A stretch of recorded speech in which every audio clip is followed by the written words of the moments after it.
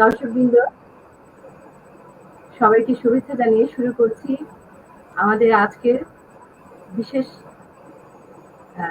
Live অনুষ্ঠান COVID-19 এবং বর্তমান শিক্ষা পরিস্থিতি। আমাদের সাথে আজকে উপস্থিত রয়েছেন বিশিষ্ট শিক্ষা উদ্যোক্তা এবং বিভিন্ন শিক্ষা প্রতিষ্ঠানের কয়েকজন শিক্ষা প্রতিষ্ঠান প্রধান এবং অধ্যক্ষবৃন্দ। তো দর্শকবৃন্দ, সবাই আমাদের সাথেই থাকুন। আজকে আমাদের এই গুরুত্বপূর্ণ আলোচনায় আপনাদের হয়তো অনেক জমে থাকা অনেক প্রশ্নের উত্তর আপনারা পেয়ে যাবেন এবং সেই সাথে আরো অনেক বিষয়ে আপনারা অবগত হবেন। তো আমাদের এই বর্তমান কোভিড পরিস্থিতিতে বাংলাদেশ এবং সারা বিশ্বে কোভিডের কারণে শিক্ষা ব্যবস্থা, শিক্ষা কার্যক্রম স্থবির হয়ে পড়েছে। বাংলাদেশে 18 মার্চ থেকে এ পর্যন্ত 5 মাসেরও অধিক সময়ে শিক্ষা প্রতিষ্ঠানগুলো বন্ধ রয়েছে। এর মধ্যে বেশ কিছু শিক্ষা প্রতিষ্ঠান অনলাইনে তাদের কার্যক্রম শুরু করেছে। সেই বিষয়গুলো নিয়ে আমরা কথা বলবো আজকে।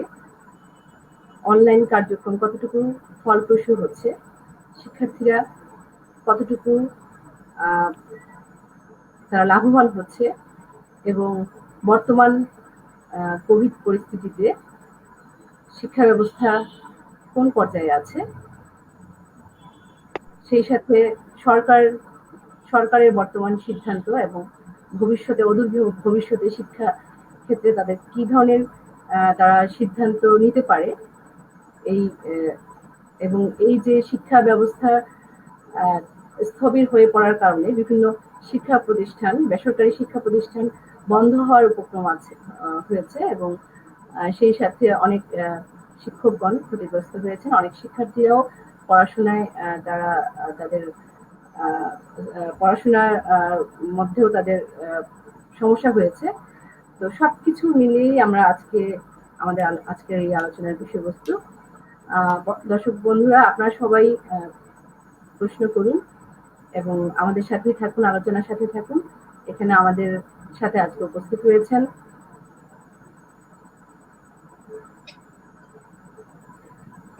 Ashraful Azam Khan sir. Ashraful Azam Khan liberty student কলেজের প্রতিষ্ঠাতা প্রিন্সিপাল এবং গণমাধ্যম নেতৃত্ব। আছেন জসিম খান, খান ইন্টারন্যাশনাল স্টুডেন্ট কলেজের প্রতিষ্ঠাতা এবং চেয়ারম্যান, সেই সাথে প্রাইম ইউনিভার্সিটি লেকচারার। আছেন মীর মোশাররফ হোসেন, আইকন একাডেমি প্রতিষ্ঠাতা, চেয়ারম্যান। তো সবাইকে স্বাগত জানাচ্ছি আমাদের আজকের এই বিশেষ আয়োজনে। অসংখ্য ধন্যবাদ জানাচ্ছি আজকের আমাদের আয়োজনের সাথে যুক্ত হওয়ার জন্য। আমার প্রথম প্রশ্নটি মীর মোশাররফ হোসেন স্যারের নিকট আমি রাখতে চাচ্ছি। শিক্ষা প্রতিষ্ঠান এই পরিস্থিতিতে, আমাদের প্রধানমন্ত্রী ঘোষণা দিয়েছিলেন সেপ্টেম্বর নাগাদ শিক্ষা প্রতিষ্ঠান খোলা হতে পারে, আজ থেকে প্রায় 3-4 মাস আগে। কিন্তু আমাদের এই সময়কালটা আরো বেড়েছে। গত 27 আগস্ট শিক্ষা মন্ত্রণালয় থেকে একটি বিজ্ঞপ্তিতে জানানো হয় যে আগামী 3 অক্টোবর পর্যন্ত শিক্ষা প্রতিষ্ঠান বন্ধ থাকবে এবং পরীক্ষার প্রাথমিক সমাপনী পরীক্ষা বাতিল ঘোষণা করা হয়েছে, কিন্তু এইচএসসি এবং আরো অন্য যে পরীক্ষাগুলো আছে এই বিষয়ে কোনো নির্দেশনা দেওয়া হয়নি। তো আমার প্রশ্নটা হচ্ছে, আপনি যেহেতু একজন শিক্ষা উদ্যোক্তা, আপনার মতে কবে নাগাদ খোলা হতে পারে বা কবে নাগাদ শিক্ষা প্রতিষ্ঠান খোলা হলে শিক্ষার্থী এবং অভিভাবক সবাই উপকৃত হবে বা নিরাপদে তারা শিক্ষা গ্রহণ করতে পারবে? আমার এই প্রথম প্রশ্নটি মীর মোশাররফ হোসেন স্যারের নিকট। স্যার। আলহামদুলিল্লাহ। স্যার, আপনি শুনতে পাচ্ছেন আমাকে? হ্যাঁ, আমি শুনতে পাচ্ছি। আমাদের মাননীয় প্রধানমন্ত্রী অনেক আগেই বলেছিলেন সেপ্টেম্বর নাগাদ তুলে দেওয়া যেতে পারে, তবে অবস্থার উন্নতি হলে। আমরা দেখতে পাচ্ছি কোভিড-19 এর অবস্থার খুব উন্নতি হচ্ছে না, আরো অবনতি হচ্ছে। এতদিন আমরা 50-এর নিচে ছিল মৃত্যুর সংখ্যা, এখন 50-এর উপরে চলে যাচ্ছে। তো বুঝতেই পারছেন যে পরিস্থিতি আমাদের পক্ষে নয়, যার কারণে আগামী অক্টোবরের 3 তারিখ পর্যন্ত বন্ধ ঘোষণা করা হচ্ছে শিক্ষা প্রতিষ্ঠান। আমাদের সামনে যে সমাপনী পরীক্ষা ইতিমধ্যে আপনি জেনেছেন, এই সমাপনী পরীক্ষাটা প্রত্যেক স্কুল কর্তৃপক্ষ কেন্দ্রীয় ভাবে হচ্ছে না, স্কুল কর্তৃপক্ষ এই পরীক্ষাগুলো সম্পন্ন করবেন, তারা নিজেরা প্রশ্নপত্র করবেন, অর্থাৎ নিজেরা মূল্যায়ন করবেন। অনুরূপ ভাবে ইত্তেদায়ী যে পরীক্ষাটা, সেটাও স্ব শিক্ষা প্রতিষ্ঠান নিজেরা প্রশ্ন করে মূল্যায়ন করবেন। আলহামদুলিল্লাহ, এটা অবস্থার পরিপ্রেক্ষিতে এটা আমি মনে করি সময় উপযুক্ত একটি সঠিক সিদ্ধান্ত শিক্ষা মন্ত্রণালয়। আমাদের ইন্টার পরীক্ষা জানেন এটা মার্চে হওয়ার কথা ছিল। ওই বিষয়ে আমরা পরীক্ষার বিষয়ে আমরা আলাদা প্রশ্ন, ওই পরীক্ষার বিষয়ে আলাদা প্রশ্ন আছে, কিছু প্রশ্ন আছে। আপনি শুধু বলেন যে এই যে সরকার যে সিদ্ধান্ত নিয়েছে সেটা সঠিক কিনা। ইতিমধ্যে কিন্তু আমি আমার কথা অনেকটা বলে ফেলেছি যে এটা সময় উপযোগী সঠিক সিদ্ধান্ত। এখন আমরা জানতে চাচ্ছি শিক্ষা প্রতিষ্ঠানগুলো যে পরীক্ষা নিবে, করতে পারে, কোন মাস নাগাদ পরীক্ষা নিতে পারে শিক্ষা প্রতিষ্ঠানগুলোকে কতদিনের মধ্যে খুলে দেওয়া হতে পারে? অক্টোবরের 3 তারিখের পরে শিক্ষা প্রতিষ্ঠানগুলো গভর্নমেন্ট খুলে দিবেন কিনা, এভাবে আমাদেরকে জানানো হয়। সুতরাং এটা সম্পূর্ণ অবস্থার উপরই নির্ভরশীল। অসংখ্য ধন্যবাদ স্যার আপনাকে, আপনার সুন্দর উত্তরের জন্য অসংখ্য ধন্যবাদ। ধন্যবাদ আপনাকে। আচ্ছা, আমার দ্বিতীয় প্রশ্ন আশরাফুল আজম খান স্যারের নিকট। অনলাইন ভিত্তিক শিক্ষা ব্যবস্থার যে প্রক্রিয়া শুরু হয়েছে আমাদের দেশে, সারা বিশ্বেও এটা চলছে বর্তমানে, তো এই নিয়ে আমার কিছু কথা আমি বলতে চাই আগে। যে এই অনলাইন ভিত্তিক শিক্ষা ব্যবস্থা নিয়ে অনেক কথা আছে, অনেকে সুফল পাচ্ছে, বেশ কিছু শিক্ষা প্রতিষ্ঠান এটা খুব স্ট্রিক্টলি মেনটেন করছে, আবার অনেক শিক্ষা প্রতিষ্ঠান শুরু করেছে কিন্তু সেরকম আশানুরূপ ফলাফল পাচ্ছে না, অনেক শিক্ষার্থীরা অংশগ্রহণ করছে না, অভিভাবকরা সেভাবে পেমেন্টের বিষয়টি থাকে, অভিভাবকরা সেভাবে পেমেন্ট করছে না। আর হচ্ছে হ্যাঁ, যেহেতু অভিভাবকরা পেমেন্ট না করলে অনলাইনে যারা ক্লাস নেন তাদেরকেও তো পেমেন্টের বিষয়টা থাকে, সেসব টিচাররাও পেমেন্ট থেকে বঞ্চিত হন। আর হচ্ছে আরেকটা বিষয় হচ্ছে হ্যাঁ, যদি এটা সবার জন্য ফল এবং শহরের কিছু শিক্ষার্থী এটা সুফল পাচ্ছে, গ্রাম অঞ্চলের অনেক শিক্ষার্থী এই অনলাইন ক্লাসের সুবিধা থেকে বঞ্চিত হচ্ছে এবং শহরেও অনেক শিক্ষার্থীরা আগ্রহ হারিয়ে সেভাবে তারা বাধ্যবাধকতা মনে করছে না ক্লাস করার ব্যাপারে।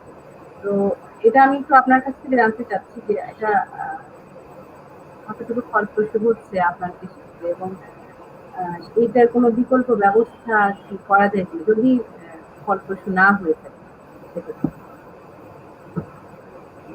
জি, আপনাকে ধন্যবাদ। আসলে একটু বড় হয়ে আজকের গুরুত্বপূর্ণ একটা বিষয় আপনি আলোচনা করছেন।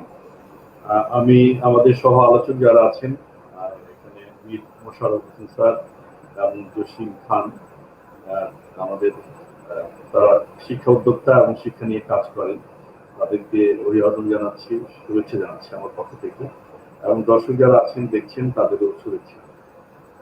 আপনি যে প্রশ্নটি করেছেন সেই প্রশ্নের উত্তরে আমি আসবো, তার সাথে একটু যুক্ত করে নিয়ে বলতে চাই। বর্তমান যেহেতু আপনার আলোচ্য বিষয় যে করোনা পরিস্থিতি অর্থাৎ কোভিড-19 এবং বর্তমান শিক্ষা পরিস্থিতি, তো আমরা কতগুলো বিষয়ে সিদ্ধান্ত ইতিমধ্যে জানি যে সরকার এখন সাম্প্রতিক সিদ্ধান্ত নিয়েছে যে স্কুল কলেজ আরো অক্টোবরের 4 তারিখ পর্যন্ত বন্ধ থাকবে।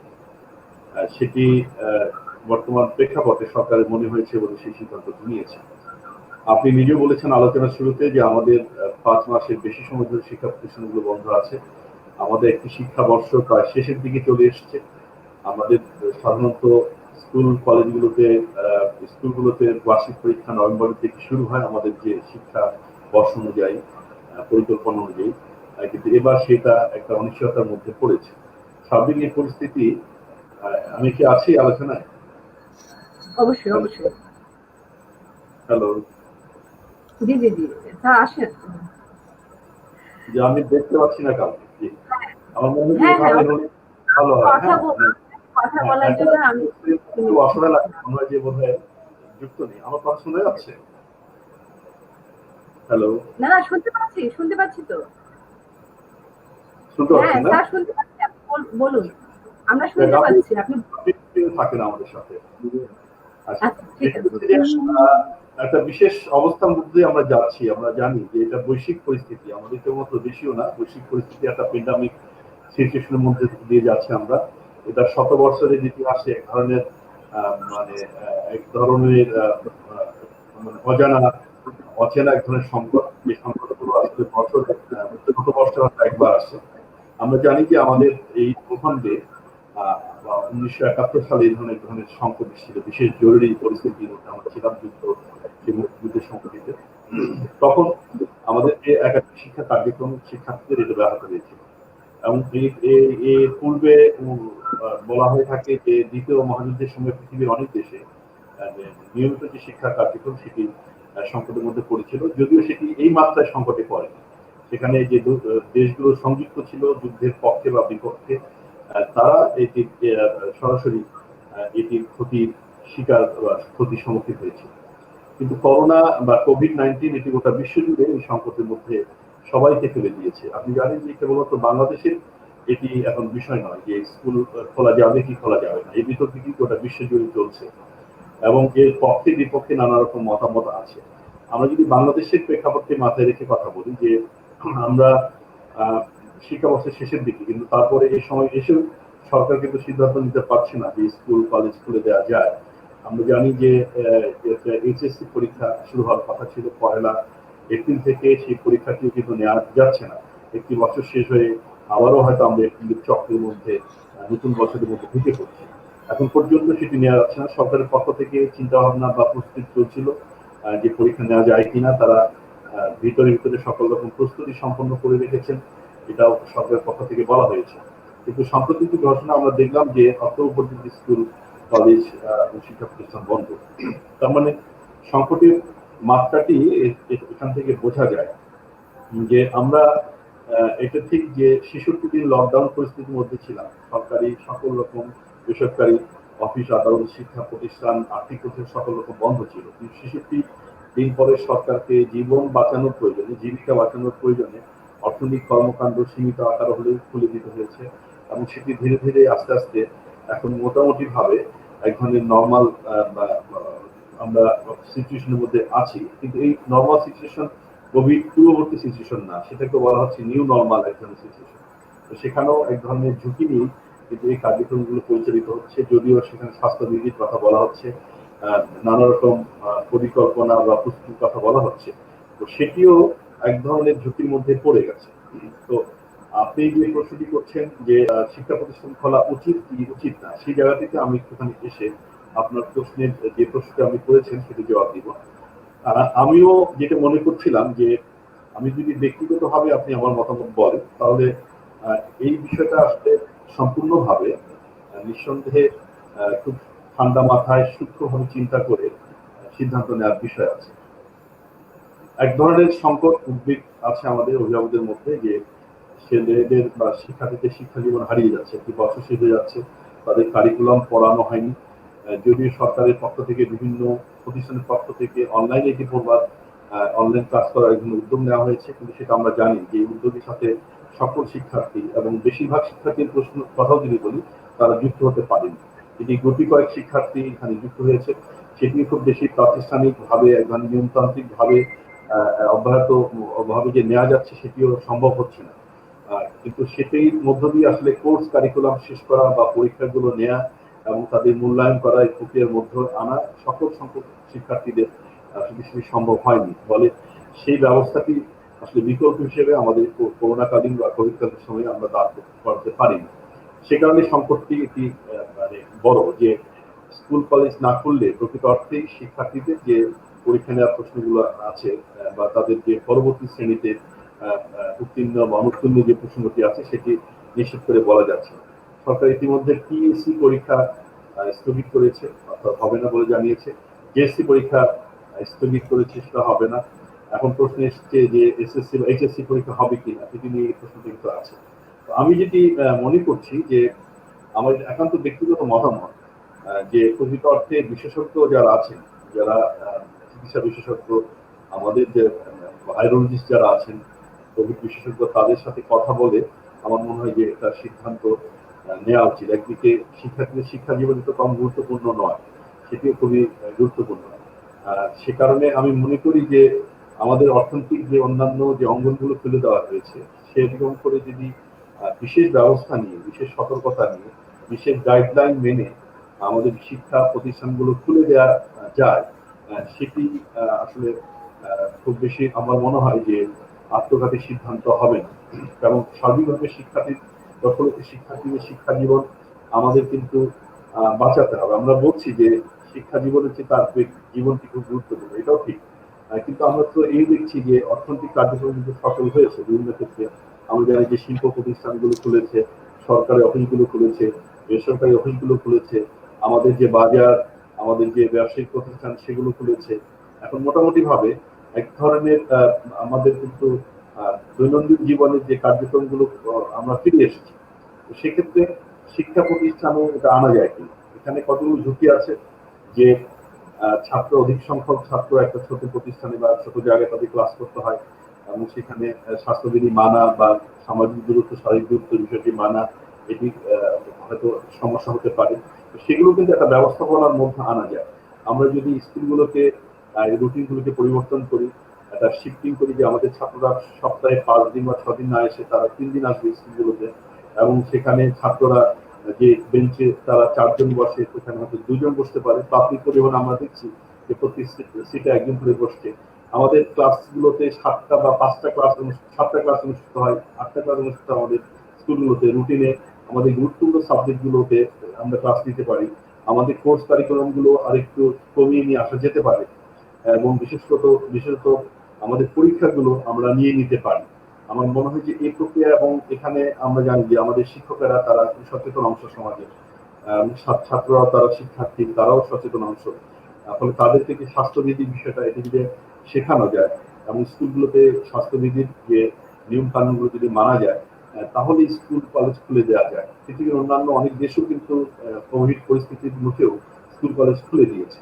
আমি নাম না বলেও বলতে পারি, এখন যে গোটা বিশ্বের স্কুল বন্ধ আছে তা নয়, হয়তো একটা সময় বন্ধ হয়েছে, কিন্তু জীবন জীবিকার পাশাপাশি বিদ্যালয়গুলোকে খুলে দেওয়া হয়েছে।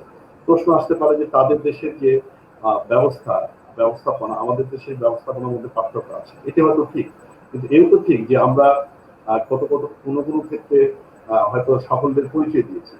এবং আপনি জানেন যে বিশ্ব স্বাস্থ্য সংস্থা, তাদের কিন্তু একটা গাইডলাইন আছে, তারা বিভিন্ন ক্ষেত্রে গাইডলাইন দিয়েছে। তো শিক্ষা প্রতিষ্ঠানগুলোর ক্ষেত্রেও কিন্তু তাদের গাইডলাইন আছে। ফলে বিশ্ব স্বাস্থ্য সংস্থার গাইডলাইন যদি আমরা মেনে চলি, এখানে আমাদের যে বিশেষজ্ঞ আছেন তাদের এক ধরনের গাইডলাইন আমরা প্রণয়ন করতে পারি, সেটা মেনে চলে স্কুল কলেজ খুলে যেতে পারে। আমার মনে হয় যে কোভিড কতদিন চলবে এবং সেটি এখানে টিকা আসবে কিনা, এখান থেকে আমাদের টিকা এলেও সেটি আমরা সকলে পাবো কিনা, এবং সেটি তৃণমূল পর্যায়ে সবার কাছে পৌঁছতে আরো 1-2 বছর সময় লেগে যেতে পারে, সেটি কিন্তু বড় বিষয়। ফলে আমরা কি 1 বছর, 2 বছর, 2 বছর স্কুল কলেজ বন্ধ রেখে চলবো? তো সেই বিষয়টি আমার মনে হয় যে ভাবা দরকার। তার আগে মানে এক ধরনের কাজ করতে হবে, নীতিমালা প্রণয়ন করতে হবে, গাইডলাইন প্রণয়ন করতে হবে, নানা রকম যে বিকল্প ব্যবস্থাপনাগুলো নিতে হবে, সতর্কতামূলক ব্যবস্থাগুলো নিতে হবে, সচেতন করতে হবে অভিভাবককে, শিক্ষকদের, এবং যারা শিক্ষা প্রতিষ্ঠান পরিচালনার সাথে আছে তাদের। আমার মনে হয় করে সীমিত আকারে গাইডলাইন মেনে শিক্ষা প্রতিষ্ঠান খুলে দেওয়া যায়, এবং অক্টোবরের পরে সেটি তার দিকে যাওয়া উচিত বলে আমি মনে করি। ধন্যবাদ, অনেক কথাই বললাম। হ্যাঁ, অসংখ্য ধন্যবাদ স্যার আপনাকে। আপনার এই উত্তরের মাধ্যমে আমাদের অনেক উত্তর জানা হয়ে গেল। তো শিক্ষা প্রতিষ্ঠান খোলার ব্যাপারে স্যার পজিটিভ কথা বলছিলেন। হ্যাঁ, এইভাবে স্বাস্থ্যবিধি মেনে বিশ্ব স্বাস্থ্য সংস্থার গাইডলাইন মেনে হয়তোবা খোলা যেতে পারে, কিন্তু যেসব দেশে এরকম স্বাস্থ্যবিধি মেনে খুলেছে শিক্ষা প্রতিষ্ঠান, সেসব দেশে কিন্তু সংক্রমণটা বেড়েও গিয়েছে। শিক্ষার্থীদের মাঝে অনেক সংক্রমণ বেড়ে গিয়েছে। আমরা জানি, ফ্রান্সের কথা জানি, আমরা দক্ষিণ কোরিয়ার কথা জানি, আমরা ইউএস এর কথা জানি। আমেরিকায় ট্রাম্প যেটা করেছিলেন, উনিও কিন্তু শিক্ষা প্রতিষ্ঠান খুলে দিয়েছিলেন, তো তারপরে কিন্তু সংক্রমণ আরো বেড়ে গিয়েছিল। তো এই উদাহরণগুলো কিন্তু আছে। তো এতটা ঝুঁকি নিয়ে খোলা, এখনো কিন্তু আমাদের কোভিড পরিস্থিতি কিন্তু সেরকম কোনো উন্নতি হয়নি। কিন্তু নিউ নর্মাল লাইফে সবাই শিক্ষা প্রতিষ্ঠান ছাড়া বাকি প্রতিষ্ঠানগুলো মানে সবাই জীবিকার প্রয়োজনে বিভিন্ন ব্যবসা প্রতিষ্ঠান, বিভিন্ন প্রতিষ্ঠান খুলে দেওয়া হয়েছে। জীবিকার প্রয়োজনে মানুষ বের হচ্ছে, এটাকে নিউ নর্মাল লাইফ হিসেবে নিয়েছে সবাই। কিন্তু শিক্ষা প্রতিষ্ঠানগুলো এখনো খোলা হয়নি। এটা হচ্ছে বাচ্চাদের জন্য একটু ঝুঁকিপূর্ণ মনে হচ্ছে হয়তো বা সরকারি নিকট। আমরাও একটু চিন্তিত অভিভাবক হিসেবে, আমরাও উদ্বিগ্ন যে এই পরিস্থিতিতে যদি আরো মাসখানেক পরেও শিক্ষা প্রতিষ্ঠানগুলো খুলে দেওয়া হয়, সেক্ষেত্রে আমাদের সন্তান ঠিক মতো তারা নিজেরা সেভাবে প্রোটেক্ট করতে পারবে কিনা, বা শিক্ষা প্রতিষ্ঠানগুলো উন্নত দেশগুলোর মতো আমাদের শিক্ষা প্রতিষ্ঠানগুলো সেইভাবে স্বাস্থ্যবিধি মেনে তারা শিক্ষা কার্যক্রম চালাতে পারবে কিনা, এই বিষয়ে কিন্তু আমরা শঙ্কিত এবং চিন্তিত। তো আপনাদের আলোচনায় নিশ্চয়ই অনেক বিষয় সমাধানের বিষয় উঠে আসবে। অসংখ্য ধন্যবাদ স্যারকে। আমরা চলে যাচ্ছি। আচ্ছা, মোশাররফ স্যার কি যুক্ত আছেন আমাদের সাথে? জি আছেন। জসিম স্যারের কাছে আমরা চলে আসতেছি। জসিম স্যারের নিকট আমার যে প্রশ্নটা, তিন ধরনের দুঃখিত, বেসরকারি শিক্ষা প্রতিষ্ঠানগুলোর অবস্থা সম্পর্কে একটু জসিম স্যার আমাদেরকে বলবেন। ধন্যবাদ রাজিয়া সুলতানা, ধন্যবাদ।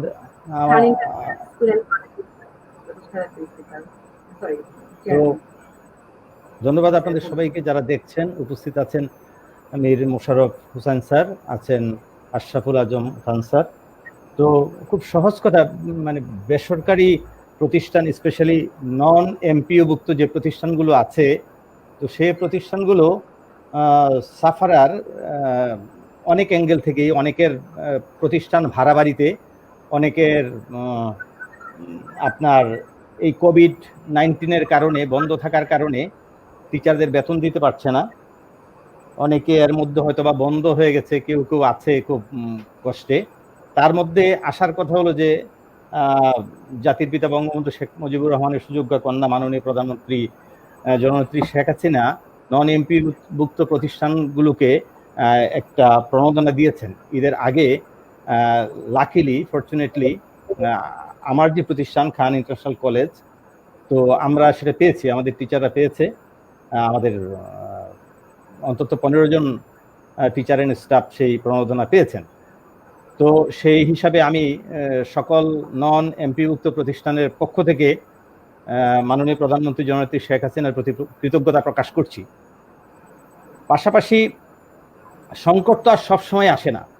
যে সমস্ত প্রতিষ্ঠান এখানে আছেন, মীর মোশাররফ হোসেন স্যার খুব স্বনামধন্য প্রতিষ্ঠানের দায়িত্বে আছেন, আশরাফুল আজম খান স্যার আছেন, বৈরী পরিবেশে নিজেকে বা নিজের প্রতিষ্ঠানকে বা নিজের টিচার্স টিম বা এর মধ্যে যারা স্টেক হোল্ডার আছে তাদেরকে নিয়ে সংগ্রামী একটা চেতনা নিয়ে টিকে থাকার সামর্থ্য নিশ্চয়ই অনেকের আছে, তারা চেষ্টা করবে।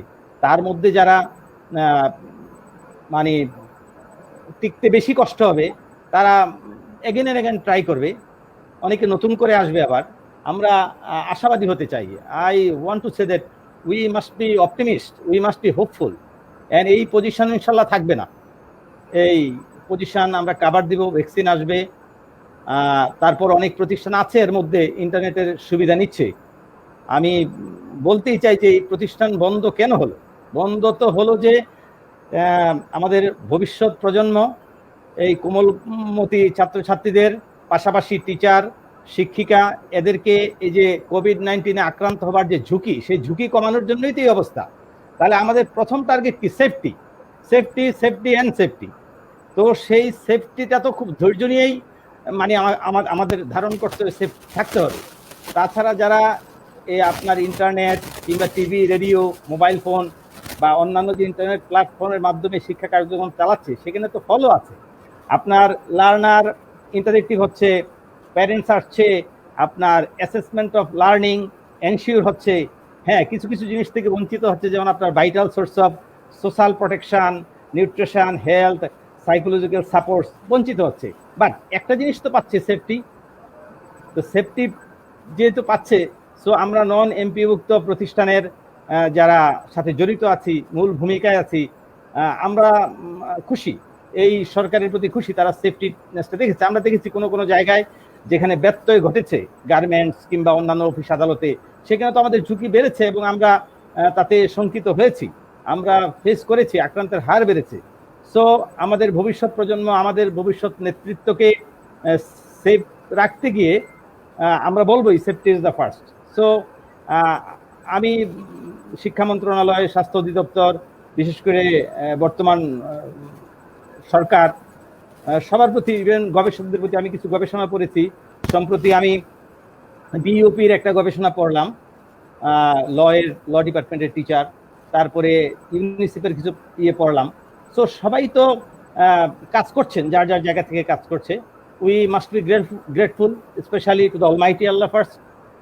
আমরা তুলনামূলক ভালো আছি, এর চেয়ে বড় বিপদও হতে পারত। আমি আর বলবো না, আমরা ভালো আছি, মন্দের ভালো হলেও আছি আর কি। এবং আমি আশাবাদী খুব শিগগিরই এই সমস্যা কেটে যাবে, আমরা আবার আগের জায়গায় আসবো, আরো নতুন রূপে, ভালোভাবে, আরো শক্তি সামর্থ্য নিয়ে আসবো, এই আর কি। Thank you everybody. অসংখ্য ধন্যবাদ জসিম স্যারকে। স্যার ওনার সন্তুষ্টির কথা বলেছেন। আসলে যে পরিস্থিতির মধ্যে আমরা মধ্য দিয়ে যাচ্ছি, এখানে তো আসলে কারো হাত নেই, এটা একটা প্রাকৃতিক বিপর্যয়, সারা বিশ্বই আক্রান্ত। তো সেই হিসেবে আমাদের ছোট্ট দেশ, আমাদের দেশ আমরা জানি আমাদের অত বেশি সামর্থ্য নেই, তার মধ্যে আমাদের সরকার যথেষ্ট চেষ্টা করেছেন আমাদেরকে নিরাপদে রাখার জন্য।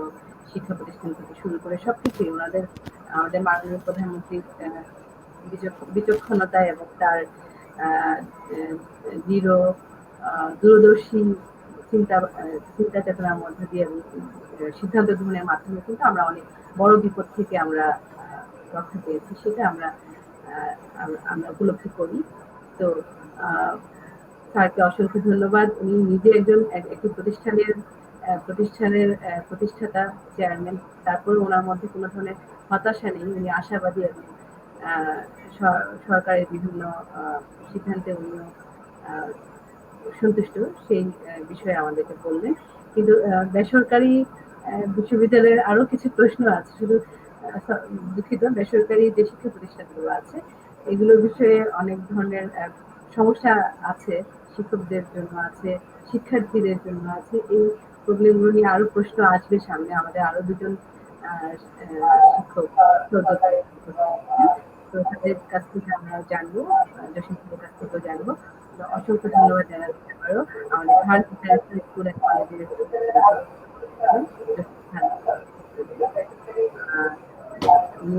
কান্দাহারের প্রাইম ইউনিভার্সিটিরও ইংলিশ ডিপার্টমেন্টের লেকচারার।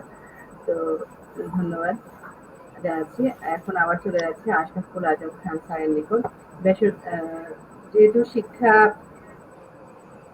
দুঃখিত, মোশাররফ স্যারের হচ্ছে পাল্লা এখন। মোশাররফ স্যারের নিকট আসছি। যে কোয়েশ্চেনটা এইটারই আরো সম্পূরক প্রশ্ন আছে। এই যে প্রশ্নটি আমি জসিম স্যারকে করেছিলাম। তো 3 ধরনের শিক্ষা প্রতিষ্ঠান রয়েছে বাংলাদেশে: সরকারি, আধা সরকারি এবং বেসরকারি। তো এই 3 ধরনের শিক্ষা প্রতিষ্ঠানে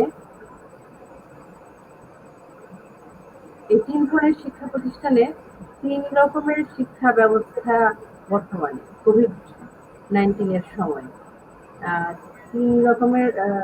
3 ধরনের শিক্ষা কার্যক্রম পরিচালিত হচ্ছে। তো সেই ক্ষেত্রে বেসরকারি শিক্ষা প্রতিষ্ঠানগুলো তো একেবারেই আমরা জানি এটা অবস্থা।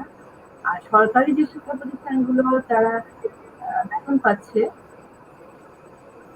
পুরো বেতন পাচ্ছে সরকার থেকে, কিন্তু তারা প্রথম প্রশ্ন হচ্ছে তারা কি শিক্ষার্থীদেরকে সেভাবে সেবাটা দিতে পারছে কিনা। এখন তো শিক্ষার্থীরা স্কুল কলেজে যাচ্ছে না, প্রতিষ্ঠানে তারা যেতে পারছে না, প্রতিষ্ঠান বন্ধ রয়েছে। কিন্তু অনলাইন কার্যক্রমগুলো কতটুকু ফলপ্রসূ সরকারি শিক্ষা প্রতিষ্ঠানগুলোতে। এবং আরেকটি প্রশ্ন হচ্ছে নন এমপিও শিক্ষা প্রতিষ্ঠানগুলো আছে, তারাও সরকার থেকে সম্পূর্ণ স্কেলটাই কিন্তু পেয়ে আসছে এ পর্যন্ত। তো সেক্ষেত্রে তারা কি ভূমিকা রেখেছে তাদের শিক্ষার্থীদের জন্য, তাদের শিক্ষার্থীরা এই সমস্যায় কতটুকু উপকৃত হয়েছে। স্কুলের বিষয়টা আলাদা ধরলাম, যে তারা স্কুল থেকে যেটা পায় সেটা তো অভিভাবক ছাত্রদের এখন সবার জানিয়ে পাওয়া অবস্থা, কিন্তু সরকার থেকে কিন্তু তারা স্কেলটা পেয়েছে। আর বেসরকারি বিষয়ে আমি প্রশ্নটা রেখে দিচ্ছি আজম স্যারের কাছে। আপনার কাছ থেকে একটু শুনবো বেসরকারি শিক্ষকদের শিক্ষা প্রতিষ্ঠানের শিক্ষা ব্যবস্থা এবং শিক্ষকদের অবস্থা সম্পর্কে। এটা 3 নাম্বার, মানে একটা কোশ্চেনই 3টা পার্ট। এটা হচ্ছে 3য় অংশ। তো আপনি প্রথম অংশ থেকে শুরু করুন। মোশাররফ স্যার, আপনার নিকট প্রশ্নটা রাখছি। আচ্ছা, আমি একটু ইন্টারাক্ট করছি। আপনারা সবাই কি শেয়ার করেছেন প্রোগ্রামটি? কি শেয়ার করা হয়েছে? আমি কিন্তু পাবলিক করে দিয়েছি। মোশাররফ স্যার, জসিম স্যার, আজম স্যার, হ্যাঁ, অনেক দর্শক ওয়েট করার কথা, কারণ অনেক আমি রিপ্লাই পেয়েছি, মেসেঞ্জারে অনেকে দিয়েছিলাম কার্ডটি। তো ঠিক আছে মোশাররফ স্যার, আপনার নিকট প্রশ্ন। 3 ধরনের শিক্ষা প্রতিষ্ঠান বর্তমানে বাংলাদেশে রয়েছে: সরকারি, আধা সরকারি এবং বেসরকারি। তাদের শিক্ষা কার্যক্রম সম্পর্কে আমি প্রশ্নটা করছি আপনাদের দৃষ্টিতে।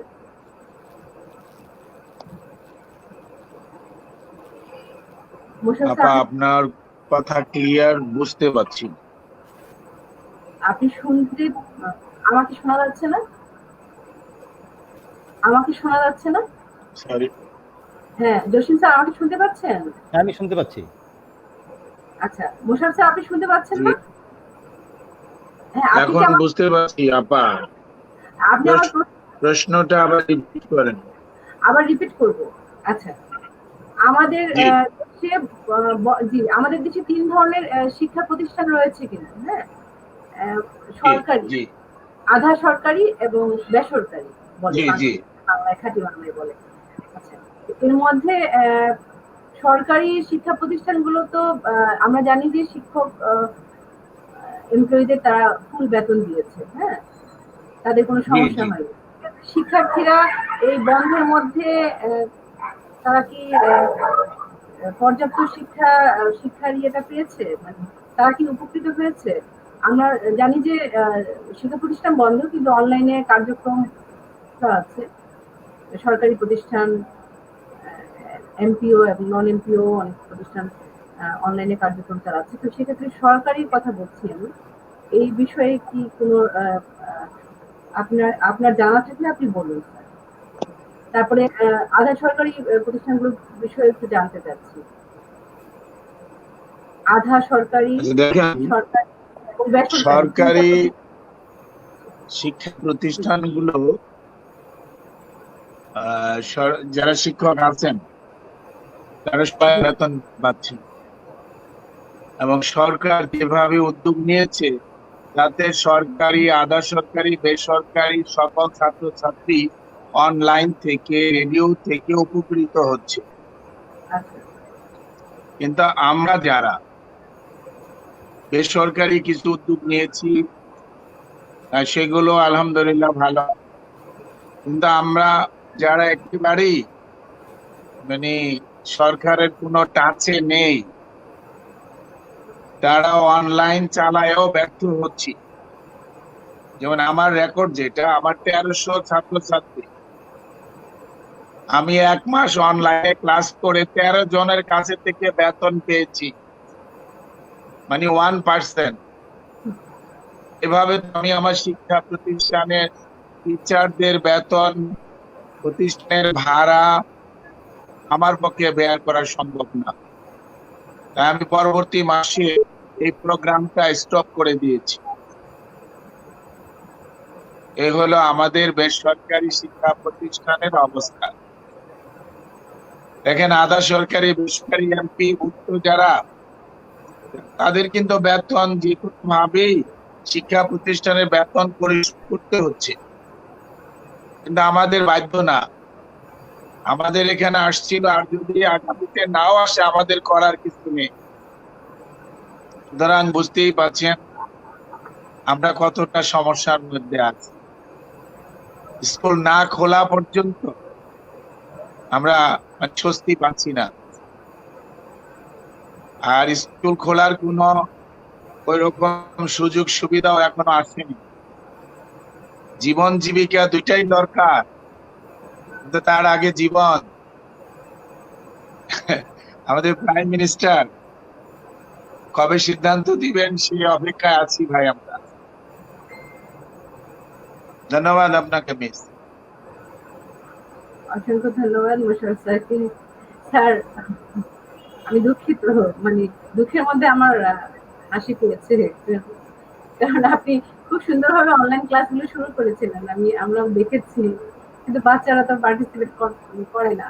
হ্যাঁ, আমার দুটো বাচ্চা, তারা একজন একজন একটু মানে একটুখানি ঢুকে তারপরে হচ্ছে বের হয়ে যায়, আরেকজনকে তো বসানোই যায় না। তো এটাই হচ্ছে বাস্তবতা, মানে ছোট ছোট শিশুরা ওভাবে আসলে ওদেরকে অনলাইনে ক্লাস করানোটা খুব মুশকিল। আর সেখানে আমি বড় স্টুডেন্টদের কথাও শুনেছি, তারাও ওভাবে অনলাইনের ব্যাপারে খুব একটা আগ্রহী না। তবে হ্যাঁ, অনেক স্কুল যেমন রেসিডেন্সিয়ালে পড়ে আমার ভাইয়ের বাচ্চারা, ওরা ওখানে খুব স্ট্রিক্টলি এটা করা হয়। মতিঝিল আইডিয়ালে স্ট্রিক্টলি করা হয়, মেনটেন করা হয়। তো অনেক শিক্ষা প্রতিষ্ঠান বাধ্য, মানে অভিভাবকরাও বাধ্য, এবং তারা পেমেন্টও নিচ্ছে, আবার স্টুডেন্টরাও ক্লাস করছে, পরীক্ষাও হচ্ছে, পরীক্ষাগুলোও কিন্তু হচ্ছে জুমের মাধ্যমে হচ্ছে, বিভিন্ন অ্যাপসের মাধ্যমে তারা কিন্তু পরীক্ষাগুলো নিচ্ছে। এরকম আছে কিছু শিক্ষা প্রতিষ্ঠান সেগুলো করছে, এবং শিক্ষকরাও উপকৃত হচ্ছে ওখান থেকে, শিক্ষা প্রতিষ্ঠানও চলছে, শিক্ষার্থীরাও পড়াশোনা হচ্ছে। বেশিরভাগ শিক্ষা প্রতিষ্ঠান আমরা জানি যে এই সুযোগ সুবিধার বাহিরে। তো অসংখ্য ধন্যবাদ মোশাররফ স্যারকে সুন্দর উত্তরের জন্য।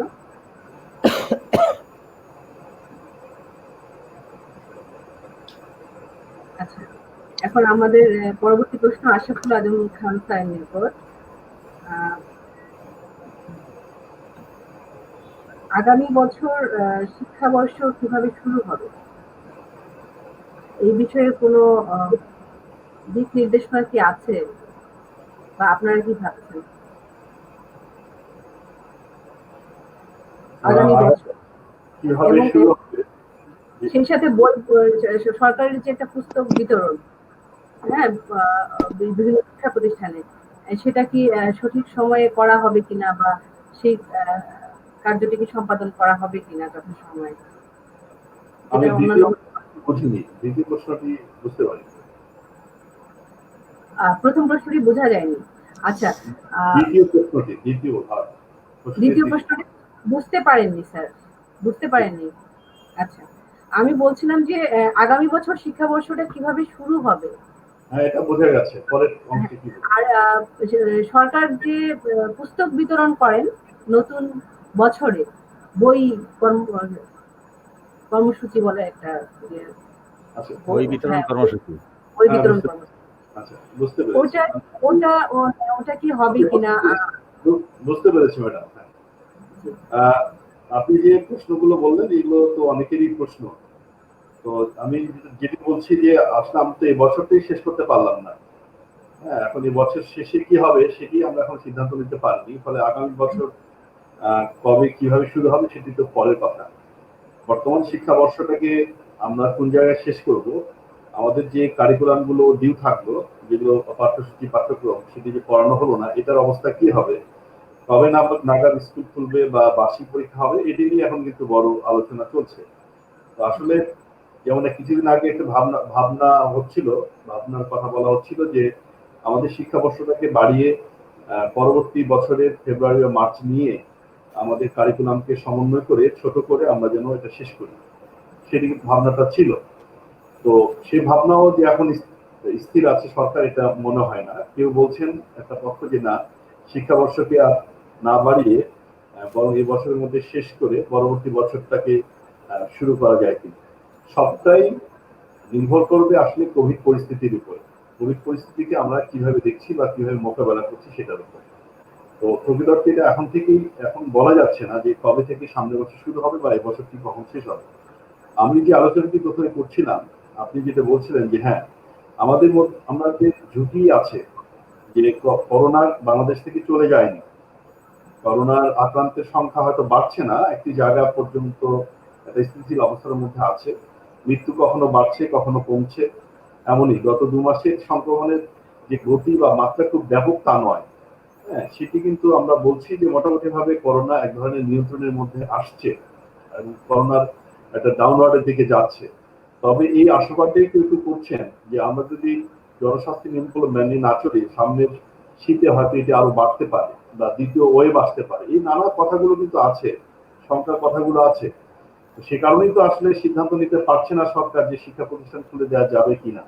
কিন্তু প্রশ্নটি আমি অন্য জায়গায় বলছিলাম যে আমরা খুলবো করে বা করোনা কেটে কেটে যাবে বলে কিন্তু আমরা 1 বছর শেষ দিকে চলে এসেছি।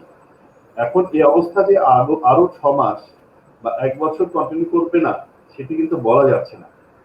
আর আমি যেটি মনে করি যে হয়তো টিকা আসলে, এর যে ভ্যাকসিন সেটা এলে, এটি সবার মাঝে গেলে সেটিতে যে ভয় বা ঝুঁকি সেটি হয়তো থাকবে না। এখনো অনেক সংহারী রোগ আছে যেটি হয়তো আমরা টিকা নিয়ে আমরা চলছি। একসময় এই রোগগুলো অনেক বেশি জীবন সংহারী হয়েছিল। টিকা আসার ফলে, চিকিৎসা ব্যবস্থার উন্নতির ফলে কিন্তু বা সচেতনতা বৃদ্ধির ফলে বা সেটিকে আমরা মোকাবেলা করার যে কলা কৌশলগুলো জানি বলে কিন্তু সেটিকে আমরা জয় করতে পেরেছি। এখন ওই রোগগুলো কিন্তু আমাদের জন্য খুব ঝুঁকিপূর্ণ নয়। একটা সময় হয়তো করোনাও এরকমই হবে, যে করোনার এক ধরনের আমাদের মধ্যে একটা ইমিউন সিস্টেম গড়ে উঠবে, এটা কি আমরা প্রতিরোধ করার এক ধরনের সক্ষমতা তৈরি করব। যেমন ইতিমধ্যেই করোনার যে জীবননাশী এটা কিন্তু কমে গেছে, বলা হচ্ছে করোনার যে শক্তিটা কমে গেছে। ঘরে ঘরে বিশেষজ্ঞরা বলছেন যে ঘরে ঘরে করোনা হয়ে গেছে। আমাদের যে ডক্টর বিজন চন্দ্র সরকার তিনি বলছেন ঢাকা শহরের 12 থেকে 14 লাখ মানুষের করোনা আক্রান্ত হয়ে গেছে। ঘরে ঘরে একসাথে জ্বর হয়েছে, 2 দিন ছিল বা 3 দিন ছিল। কিন্তু সেটি অনেকটা করোনার যে সংহারী দিক সেটি কিন্তু কমে এসছে। এগুলো আসার কথা, যে আসলে রোগটা যখন প্রথম এলো সেটাকে এর চরিত্র আমরা বুঝতে পারিনি, এই কতটা সংহারক সেটা আমরা জানতে পারিনি, কিভাবে মোকাবেলা করতে সেটা জানতে পারিনি। কিন্তু বিগত 5-7 মাসে কিন্তু আমরা অনেকটাই জানতে পেরেছি। আমি যেটি বললাম যে এই অভিজ্ঞতাগুলো নিয়ে এবং অপর দেশে অভিজ্ঞতাগুলোকে নিয়ে সমন্বিত করে আমাদের যদি স্বাস্থ্যবিধি মেনে, আমাদের বিশ্ব স্বাস্থ্য সংস্থা পরামর্শ মেনে আমরা স্কুল কলেজ খোলার ধরনের যদি উদ্যোগ গ্রহণ করি, সেটি বোধহয় করা যায়। এবং সরকারের ভিতরেও এরকম এক ধরনের চিন্তা ভাবনা, এক ধরনের একগুচ্ছ চিন্তা ভাবনা কিন্তু আছে। তো সেটি আমি বলছি না যে আসলে অন্যান্য দিন আপনি যদি বলছেন যে হ্যাঁ কিছু কিছু দেশে হয়তো করোনা বাড়ছে, আবার তারা পদক্ষেপ নিচ্ছে। করোনা মোকাবেলা কেবলমাত্র এটি যে সময়ের উপর নির্ভর করে থাকলে হবে না, যে কবে আপনার ভ্যাকসিন আসবে বা আমাদের যে স্বাস্থ্যমন্ত্রী বলছেন যে এটা হয়তো এমনি এমনি চলে যাবে, ব্যাপারটা কিন্তু তা নয়। এমনি এমনি হয়তো এটি কমে আসতে পারে, যেতেও পারে, কিন্তু সেটার উপরে নির্ভর করে থাকলে তো হবে না। আমাদের এই মোকাবেলা করার সমন্বিত ব্যবস্থাটুকু নিতে হবে। আমি সেটাই বলছি যে আমাদের স্বাস্থ্যবিধি মেনে আমাদের যখন গণপরিবহন চলছে, স্বাস্থ্যবিধি মেনে আমাদের পোশাক শ্রমিকরা কাজ করছেন।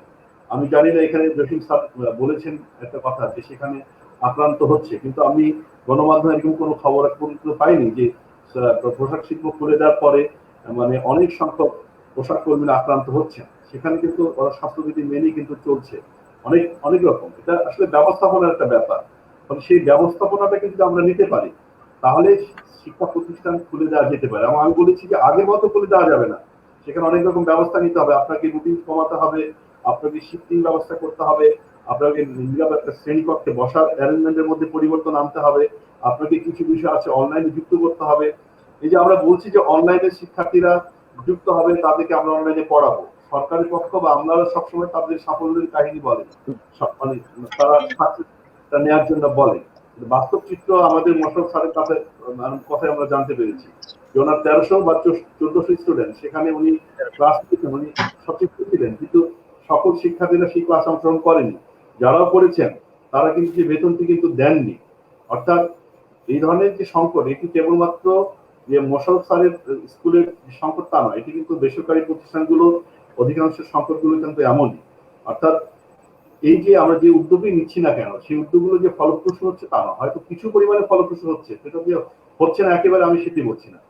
কিন্তু আমরা যখন ইনক্লুসিভ এডুকেশনের কথা বলি, যে যেটাকে বলা হয় যে সকলেই সেই সুবিধাটা পাবে, সকলেই অংশগ্রহণ করবে, সকলের নিশ্চয়তা বিধান করা হবে শিক্ষা কার্যক্রমে, লার্নিং এর মধ্যে, সিস্টেমের মধ্যে, মেথডের মধ্যে। তো এই লার্নিং ইনক্লুসিভ হচ্ছে না কিন্তু আমাদের অনলাইন এডুকেশন। আপনারা জানেন যে কিছুদিন আগে গবেষণা বেরিয়েছিল যে ব্র্যাক এবং আরো কয়েকটা সহযোগী প্রতিষ্ঠান যখন অনলাইন এই কার্যক্রমগুলো শুরু হয়, ক্লাসগুলো শুরু হয়, তারা গবেষণা করেছে যে কত সংখ্যক শিক্ষার্থী এই অনলাইন কার্যক্রম অংশগ্রহণ করতে পারছে। সেখানে চিত্রটা কিন্তু আশাব্যঞ্জক নয়। আমাদের এখন 60% ঘরে টেলিভিশন আছে। বিটিভির কথা যদি বলেন, 60% ঘরে টেলিভিশন আছে। এবং আপনি জানেন যে প্রত্যন্ত অঞ্চল আছে, বন্যা প্রবণ অঞ্চল, গত কয়েক মাসে বন্যা কিন্তু চলেছে, জনজীবন দারুণভাবে বিপর্যস্ত হয়েছে অনেক জায়গায়। ফলে এটি যে আমাদের যে বিকল্প শিক্ষা কাঠামো হিসেবে দাঁড় করাতে পেরেছি তা নয়, এটি কিন্তু আমরা পারি। ফলে অনলাইন এটি কি তাহলে বন্ধ করে দিবে? না, নিশ্চয়ই না, এটাকে চালাতে হবে, কিছু হলেও তো এখানে উপকার হচ্ছে। আমি বলছি যে স্কুল কলেজ খুলে না দেওয়া পর্যন্ত আসলে স্বাভাবিকভাবে আমাদের শিক্ষা কার্যক্রম পরিচালনা করা যাবে। আমরা পরীক্ষা নিতে পারবো না, আমরা তাদেরকে শিক্ষা সংযুক্ত করতে পারবো, সে সম্পত্তি রয়ে গেছে। আমি এটাও বলছি যে অন্তপক্ষে 1.5-2 মাসের প্রিপারেশন নিয়ে, প্রস্তুতি নিয়ে, নানা রকম ব্যবস্থা নিয়ে, প্রশিক্ষণ নিয়ে তারপর স্কুল কলেজ খুলে দেওয়া যাবে। এবং আমার মনে হয় যে সেখানে এই যে ঝুঁকি, আমি তো বাজারে যাচ্ছি, আপনি সকলেই বাজারে যাচ্ছেন, আপনি কাজে যাচ্ছেন, কলকারখানা সবই খুলেছে, গণপরিবহন খুলেছে, তার শিক্ষা প্রতিষ্ঠান বিশেষ ব্যবস্থাপনায় খোলার মধ্যে আমি কোন রকম ঝুঁকি দেখি না। আমার মনে হয় যে এটি এক ধরনের অভিভাবকদের মানসিক মাইন্ডসেট আপের বিষয় একটা ব্যাপার আছে, আমাদের শিক্ষকদের মাইন্ডসেট আপের ব্যাপার আছে। এবং এটি যদি ব্যবস্থাপনাগুলো নিয়ে খোলা যায়, তাহলে আজকে যে সংকটগুলো পড়েছে, আপনি জানেন যে শত শত শিক্ষা প্রতিষ্ঠান বন্ধের মুখে, যেখানে বাড়ি ভাড়া দিতে পারছে না এর উদ্যোক্তারা, শিক্ষকেরা। এবং আপনি এর মুখে এই প্রক্রিয়া যদি বিলম্বিত হয়, আমাদের অনেক শিক্ষার্থী তারা স্বাভাবিক শিক্ষা জীবনে ফিরবে না। আর যদি 6 মাস বা 7 মাস স্কুল কলেজ বন্ধ থাকে, অনেক শিক্ষার্থী তারা স্কুলে আর ফিরবে না, তাদের চিরজীবনের জন্য শিক্ষা কার্যক্রম থেকে বেরিয়ে যাবে। আপনি ইতিমধ্যে দেখেছেন, যারা গবেষক আছে তারা বলছেন যে আমাদের বাল্য বিবাহের সংখ্যা বাড়ছে, মেয়েদের গার্জিয়ান অভিভাবকরা বিয়ে দিয়ে দিচ্ছে। ফলে এবং বেকারত্বের সংখ্যা বাড়ছে, শিশু শ্রমিকের সংখ্যা বাড়ছে, তাদের অভিভাবকের আর্থিক নিশ্চয়তা নেই, সেটি হয়তো না থাকার কারণে তারা শিক্ষা কার্যক্রম থেকে ঝরে পড়ছে, ড্রপ আউটের সংখ্যা বাড়ছে। ফলে একটি দেশের শিক্ষা কার্যক্রম যদি স্বাভাবিক অবস্থার মধ্যে না আসে, মাসের পর মাস বা বছর পর বছর, তাহলে শিক্ষা মেরুদণ্ড সেটি ভেঙে যাবে এবং সেটি আশঙ্কার বিষয়। অর্থনীতি জীবিকা যেমন গুরুত্বপূর্ণ, নিশ্চয়ই শিক্ষা গুরুত্বপূর্ণ, এবং এটি ব্যবস্থাপনার মধ্যে এনেই এই পরিকল্পনাটা করতে হবে। তো এটির বিকল্প নিশ্চয়ই অনলাইন শিক্ষা ব্যবস্থা হতে পারে, অন্তত বাংলাদেশের আমাদের আর্থসামাজিক প্রেক্ষাপটে। আর যেটি বলছিলেন যে আগামী দিনে কি হবে সেটি কিন্তু আমরা এখন বলতে পারছি না, কিন্তু আগামী দিনে হওয়ার জন্য সেটি প্রস্তুতি নেওয়ার সময় কিন্তু এখন আমাদের সেই প্রস্তুতিতে নিতে হবে। এবং আমি মনে করি যে সামনে অক্টোবরে একটা ইতিবাচক সিদ্ধান্ত আসা উচিত এবং তার মধ্যেই সেই যে গ্রাউন্ড ওয়ার্কটা করা উচিত, সেই ফ্রেমগুলো, কাঠামোগুলো, নির্দেশনাগুলো চিহ্নিত করা উচিত। রুটিন কি হবে, মানে কিভাবে স্কুল কলেজ খুলবে, কিভাবে ব্যবস্থাপনা হবে, কিভাবে তারা স্কুলে যাবে, পরিবহন হবে, কোন বিষয়গুলো তারা বাড়ি থেকে কিভাবে যুক্ত হবে, পরীক্ষাগুলো কি হবে, এটির চমৎকার এক ধরনের কম্প্রিহেন্সিভ গাইডলাইন থাকা দরকার। একেবারে আজকে এক চিন্তা করলাম, কালকে আবার আরেকটা প্রশাসনিক সিদ্ধান্ত নিলাম, পরশুদিন এখন চিন্তা করলাম, এই ধরনের অস্থিরতা অথবা কি বলা যায় যে মানে টেকসই বিহীন সিদ্ধান্ত নিলে আসলে এই সংকট সমাধান করা যাবে না। ধন্যবাদ রাজিয়া সুলতান। জি, অসংখ্য ধন্যবাদ স্যার। অনেক মূল্যবান বিষয় আমরা জানতে পারলাম স্যারের উত্তর থেকে। স্যারকে আবারও ধন্যবাদ জানাচ্ছি।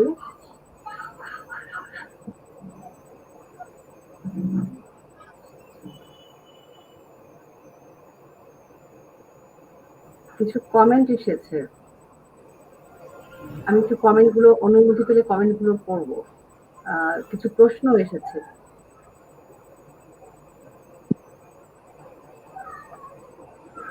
হ্যাঁ, আমি নেক্সট প্রশ্নে যাওয়ার আগে এখানে কিছু প্রশ্ন আসছে।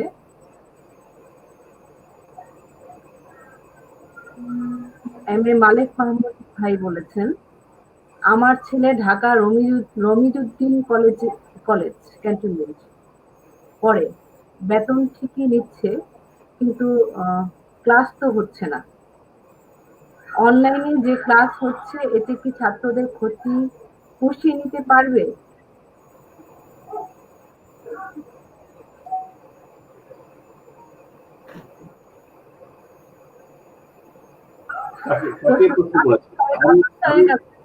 হ্যাঁ, আজম স্যারের নিকট আমি দিলাম। ধন্যবাদ। খুব গুরুত্বপূর্ণ একটি প্রশ্ন করেছেন অভিভাবক, যে অনেক স্কুল কলেজ বেতন নিচ্ছেন। এটা সাধারণত শহরের যে প্রতিষ্ঠিত সরকারি স্কুল বা বেসরকারি পর্যায়ে প্রতিষ্ঠিত যে স্কুলগুলো, কলেজগুলো, তারা এই বেতনটা নিতে পারছেন, সক্ষমতা আছে। কিন্তু অনেক বেসরকারি পর্যায়ে স্কুলগুলো কিন্তু বেতন নিতে পারছেন না। তো বেতন যেহেতু নিচ্ছেন, তবে অতএব নৈতিক দায় রয়েছে সেই ধরনের প্রতিষ্ঠানগুলোতে গুলোর যে শিক্ষার্থীদের যেন সেই শিক্ষাটা দেওয়া হয়। তো সেই উদ্যোগটি নিশ্চয়ই নেওয়া উচিত। হচ্ছে না কিনা আমি জানি না, তবে কিছু কিছু শিক্ষা প্রতিষ্ঠান হয়তো মানে কোন রকম দায় ছাড়া গোছের এক ধরনের হয়তো অনলাইনে ক্লাসের একটা ব্যবস্থা নিচ্ছে, প্রচারণা করছেন যে ক্লাস নিচ্ছেন, এমনটি আছে, অভিযোগ পাওয়া গেছে। তো সেগুলো আসলে একটু খতিয়ে দেখা দরকার।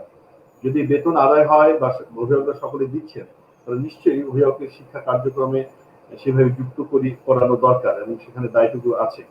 আচ্ছা, আমি একটা কথা এখানে একটু যুক্ত করতে চাই রাজিয়া সুলতানা, যে আমরা যদি ধরে নিলাম যে আমরা স্কুল কলেজ খুলতে পারছি না, আমরা স্বাস্থ্য ঝুঁকির মধ্যে আছি, হ্যাঁ, এবং আরো 6 মাসে খুলতে পারবো না, বা 8 মাসে বা 1 বছর খুলতে পারবো না, ধরে নিচ্ছি, খেয়াল করুন, তাহলে কি আমাদের শিক্ষার্থীরা এভাবে চলবে? আমাদের শিক্ষা ব্যবস্থা এভাবে চলবে? তখন কি করা দরকার? তো সেই বিষয়টি আমি একটু মতামত রাখতে চাই। যদি এমনই হয় যে না, আমরা স্কুল কলেজ খুলবো না আরো 6 মাস বা 8 মাস খুলতে পারবো না, সংকট আরো হয়তো খারাপের দিকে যেতে পারে, আমরা বলতে পারছি না, যেতেও পারে, তাহলে কি হবে? আমার মনে হয় যে এখানে এক ধরনের মাস্টার প্ল্যান নেওয়া দরকার, সরকার এক ধরনের বড় মহা পরিকল্পনা নেওয়া দরকার। সেই ব্যাপারটা কি, যে আমাদের প্রত্যেকটা শিক্ষার্থী যেন অনলাইন শিক্ষা কার্যক্রমে যুক্ত হতে পারে, সে কারণে তার যে একটা ডিভাইস থাকা দরকার, সেই ডিভাইসটি তাকে সরবরাহ করা দরকার। এবং সেখানে ইন্টারনেট ব্যবস্থার উন্নতি দরকার। ইন্টারনেটের অ্যাক্টিভিটি আমাদের একেবারে গ্রাম পর্যায়ে, আমাদের যে ইউনিয়ন পর্যায়ে আমাদের আইসিটি কেন্দ্রগুলো আছে, ইউনিয়ন পর্যায়ে সেখানে কৃষক হয়তো তথ্যগুলো নিচ্ছেন তাদের যে আইসিটি সেন্টারগুলো থেকে, ফলে সেগুলোকে কেন্দ্র করে এবং স্কুলগুলো পর্যন্ত হাব করে, ইন্টারনেট হাব করে, সেখানে ইন্টারনেট কানেক্টিভিটি আমাদের তৃণমূল পর্যায়ে, গ্রাম পর্যায়ে বাড়িয়ে দেওয়া দরকার। এই জন্য আমাদের সকল শিক্ষার্থীদের এক ধরনের প্রণোদনা বা শিক্ষা ঋণ বলি অথবা সহায়তা বলি, একটা বড় পরিকল্পনা দরকার। শিক্ষকদের প্রশিক্ষণের ব্যাপার আছে, যে শিক্ষকদের অনলাইনে কিভাবে ক্লাস নেবেন, কিভাবে পরীক্ষা নেবেন, কিভাবে কারিকুলাম এগিয়ে নেবেন, সেগুলো বিষয়ে শিক্ষকদের এক ধরনের প্রশিক্ষণের কার্যক্রম খুব ব্যাপক স্কেলে এটা নিতে হবে। তাহলেই প্রকৃত অর্থে আমরা অনলাইনের এই ক্লাসগুলো বেশি মাত্রায় আমরা সাফল্য পাবো। যদিও 100% সফলতা আসবে না। যদি স্কুল কলেজ খোলা না হয়, তাহলে বিকল্প বিষয় হিসেবে, ব্যবস্থা হিসেবে এই দিকে গুরুত্ব দেওয়া দরকার। এটির জন্য সরকারের বাজেট বরাদ্দ করা দরকার, সরকারের পরিকল্পনা করা দরকার। সরকার যে করছে না তা নয়, করছে, কিন্তু সেটি আসলে সে অর্থে ফলপ্রসূ বা সকলের মানে কি বলে নাগালের মধ্যে কিন্তু যাচ্ছে না। সরকার করছে কিন্তু সেটি প্রয়োজনের তুলনায় সেটি নগণ্য। আরেকটা বিষয় আমি বলে নিতে চাই যে 5 লক্ষ শিক্ষক আছেন যারা প্রণোদনা পাননি, তারা এই প্রণোদনা পাননি অনেক শিক্ষা প্রতিষ্ঠানের শিক্ষকেরা। প্রণোদনা দেওয়া হয়েছে বেসরকারি শিক্ষকদের, যে শিক্ষা প্রতিষ্ঠানগুলো মূলত কলেজের সরকারের খাতায় অনুমোদিত প্রতিষ্ঠান হিসেবে কোড নাম্বার আছে, এমন প্রতিষ্ঠানগুলোকে দেওয়া হয়েছে। কিন্তু এর বাইরেও বাংলাদেশে অনেক প্রতিষ্ঠান আছে। আমি যদি বলছি কিন্ডার গার্ডেন, ইংলিশ মিডিয়াম স্কুল, মাদ্রাসা, ছোটখাটো প্রাথমিক এই স্কুল, বিভিন্ন পাড়ায় মহল্লায় স্কুলগুলো আছে। এখন এই স্কুলগুলো কিন্তু লক্ষ লক্ষ শিক্ষার্থীকে লেখাপড়া করাচ্ছে। আপনার সরকারের খাতায় এদের হয়তো নিবন্ধন নাই, এদের নামের তালিকা নাই, সরকার হয়তো এদেরকে প্রাথমিকভাবে অনুমতি দেয়নি বা তারা অনুমতি নেয়নি, কিন্তু তারা আমাদের লক্ষ লক্ষ শিক্ষার্থীদের কিন্তু তাদের শিক্ষা দিচ্ছেন। ফলে তাদেরকে যদি এই সরকারি সহায়তার নীতিমালার মধ্যে না আনা হয়, সেক্ষেত্রে আমার মনে হয় এক ধরনের সংকট তৈরি হবে। ইতিমধ্যে আপনারা শুনেছেন যে অনেক শিক্ষক তাদের 20 বছরের পেশা, 18 বছরের পেশা পরিবর্তন করে তিনি কিন্তু অন্য পেশায় চলে যাচ্ছেন। তিনি হয়তো একটা মুদি দোকান দিচ্ছেন, তিনি একটা টেইলার্স দিচ্ছেন, তিনি হয়তো সাপ্লায়ারের এক ধরনের কাজ করছেন। তো এই দৃশ্যটি আসলে আমরা দেখতে চাই না। শিক্ষকদের এই করুণ দশা আমরা দেখতে চাই না। শিক্ষা আমাদের সাংবিধানিক এক ধরনের, রাষ্ট্রের সাংবিধানিক কিন্তু একটা দায়িত্ব যে সবার জন্য শিক্ষা নিশ্চয়তা বিধান করা। তো সেই শিক্ষাটা খুব গুরুত্বপূর্ণ একটি অঙ্গ আমাদের রাষ্ট্রের, আমাদের মৌলিক চাহিদার একটা অঙ্গ। এবং শিক্ষা কেবলমাত্র এটি দেয় নয়, আমরা যে শিক্ষাকে বলা হয় আধুনিক কালে যারা উন্নয়ন তত্ত্ব নিয়ে কাজ করেন, যে শিক্ষার একটা বিনিয়োগ, এবং এই বিনিয়োগ অন্যান্য যে বড় বড় প্রজেক্ট আমরা বিনিয়োগ করি, বড় মেগা প্রজেক্টগুলোতে বিনিয়োগ করছি, সেটা যা রিটার্ন দেবে তার চেয়ে বেশি রিটার্ন দেবে কিন্তু এই শিক্ষা। ফলে এই যে শিক্ষক, লক্ষ লক্ষ শিক্ষক এবং তাদের সাথে সম্পর্কিত যে লক্ষ লক্ষ বা কোটি শিক্ষার্থী আছে, তাদের শিক্ষা জীবনকে স্বাভাবিক অবস্থার মধ্যে ফিরিয়ে আনার জন্য এক ধরনের মহাপরিকল্পনা এখনই আনা দরকার। অনেকে দাবি তুলছেন যে আমাদের শিক্ষা ব্যবস্থার জাতীয়করণ করা হোক। যে প্রতিষ্ঠানগুলো এখন আছে তারা 20 বছরের প্রতিষ্ঠান, 15 বছরের প্রতিষ্ঠান, তারা বন্ধ হয়ে যাচ্ছে। অর্থাৎ সামান্য একটু প্রণোদনার জন্য, সামান্য একটু সহযোগিতার জন্য, উনি বাসা ভাড়াটা দিতে পারছেন না বলে হয়তো বন্ধ হয়ে যাচ্ছে প্রতিষ্ঠানটা, কিন্তু সেখানে 400-500 স্টুডেন্ট আছে, 50-60 জন শিক্ষক আছেন। তাদেরকে সরকার সহযোগিতা করতে পারে, সেটার জন্য যে কোটি কোটি হাজার হাজার কোটি টাকা লাগবে তা নয়। তো সেটি একটি ব্যবস্থাপনার মধ্যে নিয়ে এসে, আমি মনে করি যে ব্যবস্থাপনার মধ্যে নিয়ে এসে এবং তাদেরকে নিবন্ধনের মধ্যে নিয়ে এসে তাদের এই ধরনের এই সংকটকালে সরকারকে পাশে দাঁড়াতে হবে এবং একটি এই সুযোগ শৃঙ্খলার মধ্যে ফিরিয়ে আনা। সরকারের ওই সমস্ত প্রতিষ্ঠানের উপরে এক ধরনের নিয়ন্ত্রণ বা কর্তৃত্ব বলবো না, এক ধরনের শৃঙ্খলা প্রতিষ্ঠার জন্য সরকারের নীতিমালাগুলো সেখানে প্রণিধান করতে পারে। তো আমাদের শিক্ষার ক্ষেত্রে যে অরাজকতা আছে, নানা রকম যে বিভাগ আছে, সেগুলোকে মিনিমাইজ করে এখন কিন্তু সামনের দিনে একটা শিক্ষা পরিকল্পনা নেওয়ার সময় এসছে। আপনি যদি বলছেন যে সামনের দিনে শিক্ষা কি হবে, তো এটি যেমন এখন সংকটের মধ্যে আমরা আছি, তেমন কিছু সম্ভাবনার এক ধরনের সুযোগ কিন্তু তৈরি করে দিয়েছে। ধন্যবাদ, আমি বোধহয় বেশি কথা বলে ফেলছি। রয়েজি সুলতান।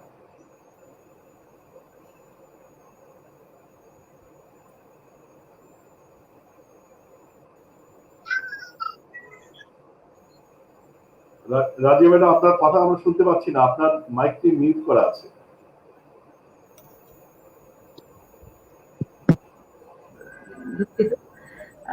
অসংখ্য ধন্যবাদ স্যার, আপনার কথার মধ্য দিয়ে অনেকগুলো বিষয় উঠে এসেছে। আর হ্যাঁ, এই বিষয়গুলো নিয়ে আমাদের আরো দুজন স্যারের সাথেও কথা হয়েছে, তো ওনারাও কিন্তু এই বিষয়গুলোর কথা বলেছেন। বিশেষ করে মোশাররফ স্যারের সাথে আমার অফিস নিয়ে অনেক কথা হয়েছে এই বিষয়ে আর কি। তো যেটা এখানে আরেকটা কমেন্ট এসেছে, একই ভদ্রলোক কমেন্ট করেছেন, অনলাইনে ক্লাসের নাম করে শুধু টাকা আদায় করা, এভাবে ক্লাস নিয়ে কি লাভ হচ্ছে ছাত্রদের একটু বলবেন কি? এভাবে কি লাভ হচ্ছে ছাত্রদের, হ্যাঁ একটু বলবেন কি? এটা তো আসলে উত্তরটা চলে আসছে আমার মনে হয় আজম স্যারের উত্তরের প্রশ্নের আগের প্রশ্নের মধ্য দিয়ে উত্তরটা আমরা কিছুটা হলেও পেয়েছি। হ্যাঁ, স্কুলে আসলে ক্লাস করার বিকল্প তো ওইভাবে অনলাইন ক্লাসটা হয় না। তারপর যতটুকু করা যায় বিভিন্ন শিক্ষা প্রতিষ্ঠান চেষ্টা করছে। এখন শিক্ষার্থীরা যদি ওইভাবে অভিভাবক, শিক্ষার্থী এবং সরকার যদি এই বিষয়ে একটু নীতিমালা করে দেয়, আমার মনে হয় সকল শিক্ষা প্রতিষ্ঠান উপকৃত হয়। আর যারা শিক্ষা উদ্যোক্তা আছেন বা শিক্ষা ক্ষেত্রে যারা আমি স্যারের সাথে একই সুরে বলতে চাই যে শিক্ষা খাতে বিনিয়োগ করলে এটা বিনিয়োগটা আসলে উপকার ছাড়া লাভ ছাড়া ক্ষতি হবে না। তো এটাই এটা সরকারের পক্ষে একা সম্ভব না। আমাদের এতগুলো বেসরকারি শিক্ষা প্রতিষ্ঠান যে এত গুলো শিক্ষা প্রতিষ্ঠানকে প্রণোদনা দেওয়া বা ওইভাবে সুযোগ সৃষ্টি করে দেওয়া সরকারের পক্ষে সম্ভব না, এটা কেন আপনি বলছেন? সরকারের ধরে দিচ্ছি কেন? সরকারের একার পক্ষে সরকারের সহযোগিতা আপনার ব্যক্তিগত মতামত হতে পারে, হ্যাঁ, এখন সম্ভবটা কি? সম্ভব তো প্রয়োজনের জন্য নিজেকে করতে হবে, না এই শিক্ষাকে বাঁচিয়ে রাখার জন্য সেটা করতে হবে। সম্ভবটা কেন? সরকারের আমরা নানা খাত আছে, বড় বড় মেগা প্রজেক্ট আছে, আগামী 2 বছরের জন্য মেগা প্রজেক্টের বরাদ্দ কমিয়ে স্থগিত করে কিন্তু করা যেতে পারে। এবং অর্থনীতিবিদেরা নানা রকম পরামর্শ দিয়েছেন। আমরা যারা দেশের বড় বড় বর্ণ অর্থনীতিবিদ আছেন, এই সংকটকালে কোন কোন খাতগুলোকে গুরুত্ব দিতে হবে, কিভাবে মানে বিনিয়োগ করতে হবে, সে বিষয়ে কিন্তু ব্যাপারগুলো আছে। সরকার যে সে বিষয়ে সচেতন নয় তা নয়, আমি সেটি বলছি না। এটা নয় হবে না কেন? আপনি কি এই শিক্ষা প্রতিষ্ঠানগুলোকে বন্ধ করে দেবেন? আমি বলি তো আমাদের অনেক ক্ষেত্রে দুর্নীতি, হাজার হাজার কোটি টাকার দুর্নীতি হচ্ছে। আপনি জানেন যে ছোট একজন কেরানি তিনিও হাজার হাজার কোটি টাকা দুর্নীতি করছেন। ফলে এগুলো যদি বন্ধ করা যায়, এটা একটি পরিকল্পনার ব্যাপার, আর কিছু না। আমরা অনেক বড় সক্ষমতা অর্জন করেছি। বর্তমানে বাংলাদেশ কিন্তু এখন আমরা উন্নয়নের মহাসড়কে আছি। আমাদের অর্থনীতির বাজেটের পরিধি অনেক বেড়ে গেছে। আমরা এখন অনেক অসম্ভব কাজগুলো আমরা করতে পারছি। ফলে শিক্ষাক্ষেত্রে এই সংকটকালে এটা বিশেষ বরাদ্দ দেয়া এটি খুব বেশি কঠিন ব্যাপার নয়। স্যার আমাকে যদি আজম স্যার আমাকে যদি একটু যদি এক মিনিট যদি অ্যাড করার সুযোগ দেন, আমি কি একটু অ্যাড করব? 1 মিনিট। আপনার আমাদের সম্মানিত মন্ত্রী মহোদয় বাংলাদেশ সরকারের AHM মোস্তফা কামাল তার বাজেট ভাষণে বলেছেন যে 40 মিলিয়ন শিক্ষার্থী আপনার কোভিড-19 কারণে আপনার ডিসকন্টিনিউশনে পড়েছে পড়াশোনায়।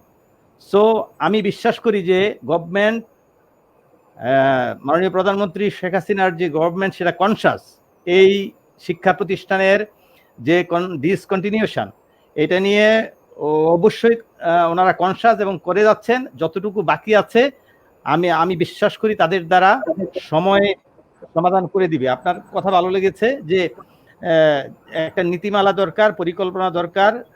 সুনজর তো আছেই, আরো একটু সুনজরের পরিধিটা আর একটু বাড়ালে আমরা যারা বেসরকারি স্কুল বা শিক্ষা প্রতিষ্ঠান আছে, বিশেষ করে আপনি ইংলিশ মিডিয়াম বা ইংলিশ ভার্সন স্কুলের কথা বললেন, কিন্ডারগার্টেন স্কুলের কথা বললেন, তো সেগুলো চলে আসবে।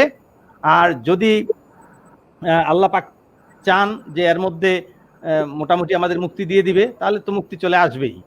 তো সময়টা খুব কঠিন সময় যাচ্ছে, তো আমাদের কথা জড়ানো আসতেছে, আমরা হতাশাবাদী হয়ে যাচ্ছি। তো সেখানে যাব না, আমরা আশা করব সরকার অবশ্যই দেখবেন এবং একটা সুনির্দিষ্ট নীতিমালার মধ্যে আপনার সেফটিটা প্রথমে রেখে তিনবার রেখে সেফটি এন্ড সেফটি দেন ব্যবস্থা হয়ে যাবে। সেটা সপ্তাহে 3 দিন হোক, 2 শিফটে হোক, বা আপনার এক বেঞ্চে একজন করে বসে হোক, কোনো না কোনো সুখবর নিশ্চয়ই আছে এবং তার জন্য আমরা অপেক্ষা করছি। এইটুকুই। নিশ্চয়ই আমরা অপেক্ষা করছি। জসিম স্যারের সাথে বলতে যাচ্ছি, হ্যাঁ সেফটিটা বজায় রেখে সেফটিটাকে আসলে সবচেয়ে বেশি গুরুত্ব দেওয়া উচিত। তারপরে হচ্ছে আগে তো জীবন বাঁচবে, তারপর জীবনের পরে জীবনের জন্য হচ্ছে লেখাপড়া। তো স্যার, হ্যাঁ, আশরাফুল আজম স্যারের প্রসঙ্গে আসি, কথা প্রসঙ্গে যেটা আগে স্যার বলেছেন।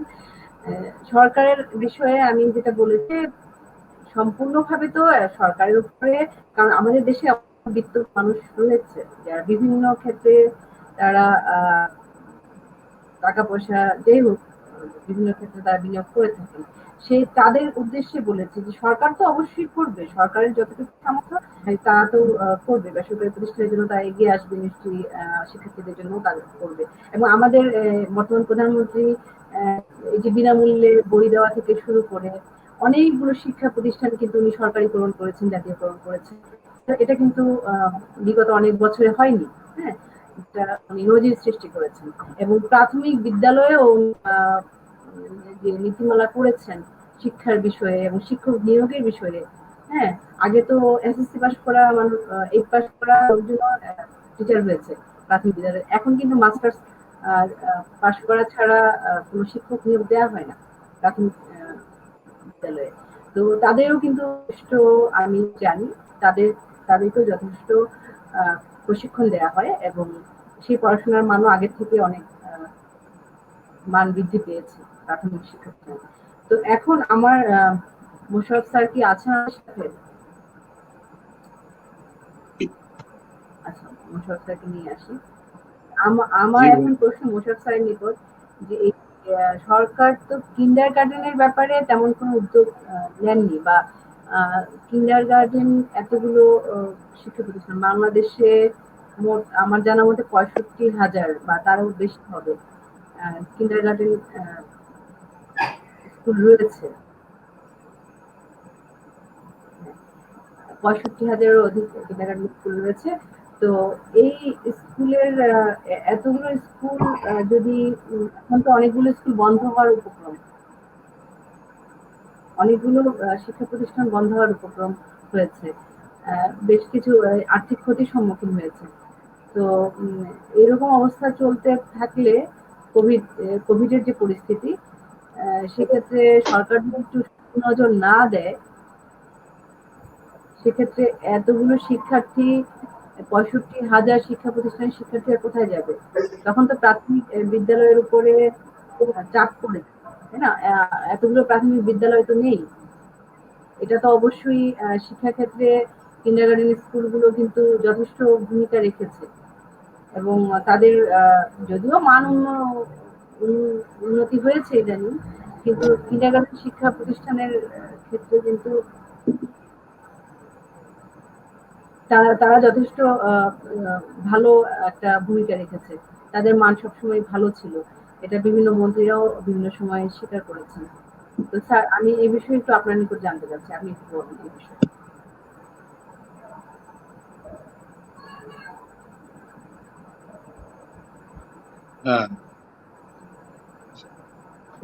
আপনার কথা শুনতে আমার খুবই সমস্যা হচ্ছে। মাইকটা আপনি কি আমার কথা ভালো শব্দ শুনতে? হ্যাঁ, আপনি আমার কথা শুনছি, কিন্তু কথার মধ্যে যথেষ্ট জড়তা আছে, মানে আমি শুনতে ভালো বুঝতে পারছি না। আর আমি আবার রিপিট করছি স্যার, জি, হ্যাঁ, কিন্ডারগার্টেন স্কুলগুলো বিষয়ে বর্তমান সরকারের কি করা উচিত? এই যে একটা ক্ষতির সম্মুখীন হয়েছে অনেক স্কুল ক্ষতির সম্মুখীন হয়েছে কোভিড-19 এর কারণে, এবং অনেকেই শিক্ষা প্রতিষ্ঠান চালাতে হিমশিম খাচ্ছে, প্রতিষ্ঠানে ভাড়া দিতে পারছে না, শিক্ষার্থীদের শিক্ষকদের বেতন দিতে পারছে না, অনেকে কয়েকটি শিক্ষা প্রতিষ্ঠান তো বন্ধ হয়েছে, আরো অনেকগুলো হয়তো বন্ধ হয়ে যাবে সামনে দিয়ে যদি এরকম অবস্থা। তো সেক্ষেত্রে সরকারের কি করণীয়, বা আরো কি কোনো কিছু করণীয় আছে কিনা? জি আপা, বুঝতে পারছি। শিক্ষা উদ্যোক্তা যারা আছে, সরকার অনেক আগেই বলে দিয়েছে যে আমাদের জন্য তাদের করণীয় কিছু নেই, সুতরাং আমাদের ফাইট করে টিকে থাকতে হবে। সরকার স্পষ্ট বলে দিয়েছে এ ব্যাপারে তারা কোনো হ্যাঁ, হেল্প করতে পারবেন না। আচ্ছা আচ্ছা। সুতরাং আমাদের যাদের সামর্থ্য আছে ফাইট করে টিকে যাবো আর কি। আচ্ছা জি আপা, দোয়া করবেন, ধৈর্য ধারণ করছি। অসংখ্য ধন্যবাদ স্যার। এখন আমার শেষ প্রশ্ন, আচ্ছা আজম স্যারকে কি আমরা মিস করে মিসিং স্যার আছেন, হয়তো আসবেন। আচ্ছা আমাদের এখন আমরা অনেকটুকু সময় পার করে ফেলেছি। আচ্ছা দর্শকবৃন্দদের উদ্দেশ্যে বলছি, দর্শকবৃন্দ আপনারা আরো প্রশ্ন করুন, আরো কমেন্ট করুন। আমরা শেষ দিকে আপনাদের মন্তব্যগুলো করবো এবং আপনারা আমাদের আয়োজনের সাথে যুক্ত। আপনাদের যদি কোনো প্রশ্ন থাকে, আমাদের এখানে শিক্ষকগণ উপস্থিত রয়েছেন, সম্মানিত শিক্ষা উদ্যোক্তা এবং বিভিন্ন শিক্ষা প্রতিষ্ঠান প্রধানগণ উপস্থিত রয়েছেন। তাদের নিকট আপনারা যে কোনো বিষয়ে প্রশ্ন করতে পারেন, মন্তব্য করে আপনারা জানান সেগুলো। আচ্ছা আমার আরেকটি প্রশ্ন জসিম স্যারের নিকট। এখন এই যে বন্দি থাকা অবস্থায় অনেক শিশুরা মানসিকভাবে বিষাদগ্রস্ত হয়ে পড়েছে। তার আগের মতো তাদের সঙ্গীর সাথে খেলাধুলা করতে পারছে না, স্কুলে যেতে পারছে না, তাদের যে নিয়ম মাফিক স্কুলে যাওয়া আসা সেটা তারা করতে পারছে না। তো সেক্ষেত্রে এই যে অভিভাবকদের একটা দুশ্চিন্তা, অভিভাবকরাও তাদের শিশুদের নিয়ে বা শিশু কিশোরদের নিয়ে কিন্তু চিন্তিত। এই অবস্থায় কি করণীয়, আপনারা কি ভাবছেন? আসলে অবশ্যই এটা ওর্থ ডিসকাসিং, একটা খুব আলোচনার মানে ব্যাপারই। বাচ্চারা এখন, আমি যতদূর জানি, আমার বাসায় শিশু সন্তান আছে, তারা বাসায় স্কুল ড্রেস পরে ব্যাগ নিয়ে স্কুল খেলে, এক রুম থেকে আরেক রুমে যায়, বড় ভাই ছোট ভাইকে বলে may I come in sir. তো এইভাবে ওরা মানে সময়টা পার করে এনজয় করার চেষ্টা করে, কাবার দেওয়ার চেষ্টা করে। আর কিছু অনলাইন ক্লাস যেহেতু হচ্ছে, তো সেই হিসাবে কিছুটা সময় পার হচ্ছে। আমার একদম ব্যক্তিগত অভিজ্ঞতা থেকে বলি, স্কুলের নামটা না হয় নাই বললাম, আমার ছেলে ক্লাস 3-তে পড়ে একটা স্কুলে। তো সেই স্কুলের টিচার কর্তৃপক্ষ তাদের সিদ্ধান্ত নিয়ে তারা প্রশ্ন দিয়ে দিয়েছে আমাদেরকে। আমরা বাসায় বাচ্চাদের পরীক্ষা নিয়েছি, পরীক্ষা নিয়ে সেই প্রশ্নপত্র এবং তার যে অ্যান্সার স্ক্রিপ্ট সেটা আমরা আবার জমা দিয়ে এসেছি। তো এখন বিভিন্ন স্কুল বিভিন্ন ধরনের উদ্যোগ নিয়ে বাচ্চাদের সেফটি ঠিক রেখে কাজ করছে। আমার মেয়ে, আমার সন্তান, বড় সন্তান, সে ক্লাস 8-এ পড়ে, তাও একটা সুনামধন্য স্কুলে, আমি ইচ্ছে করে নাম বলছি না। তো তারা অনলাইনে পরীক্ষা নিচ্ছে। তো প্রত্যেকটা স্কুল কর্তৃপক্ষ বাচ্চাদের সেফটি রেখে তাদের এই মনোটোনাস টেন্ডেন্সি এড়ানোর জন্য নানা রকম পদক্ষেপ নিচ্ছে। বিশ্ববিদ্যালয় পর্যায়ে তো আপনারা জানেন, আপনারা অনেকেই অবশ্যই অবগত যে আমি একটা বিশ্ববিদ্যালয়ে ইংরেজি পড়াচ্ছি। তো আমি সকল ক্লাস অনলাইনে নিচ্ছি। আমি বলবো যে মোর দেন 90% স্টুডেন্টস আর হাইলি স্যাটিসফাইড। তো এখন কিছুটা সরকার তো অবশ্যই একটা বড় জায়গা থেকে কাজ করবে। আমরা যদি আমাদের অবস্থান থেকে তাদের অভিভাবক হয়ে কিংবা স্কুলের টিচার গার্ডিয়ান হয়ে আমরা চেষ্টা করি, একেবারে মানে খুব বেশি সমস্যা না, সমস্যাটা বড় হলেও কাভার দেওয়ার মতো অন্তত 60% ক্যাপাসিটি আমাদের আছে। বিকজ বাংলাদেশ, আজম স্যার বলছিলেন যে বাংলাদেশ আর আগের জায়গায় নেই। সো আমরা যে কথা, এই যে মিটিংটা করছি, সেটাও প্রমাণ করে যে আসলেই আমরা আগের জায়গায় নেই। সেই 80-র দশকের আর 90-র দশকের বাংলাদেশ এখন নাই। সো সেই প্লাস পয়েন্টগুলো কাজে লাগিয়ে আমরা বাচ্চাদেরকে যেমন প্রাণবন্ত রাখতে পারি, আমরা নিজেদেরকেও প্রাণবন্ত রাখতে পারি, আমরা আশাবাদী হতেই পারি ইনশাল্লাহ কেটে যাবে, বাচ্চাদের অবস্থা ভালো হবে।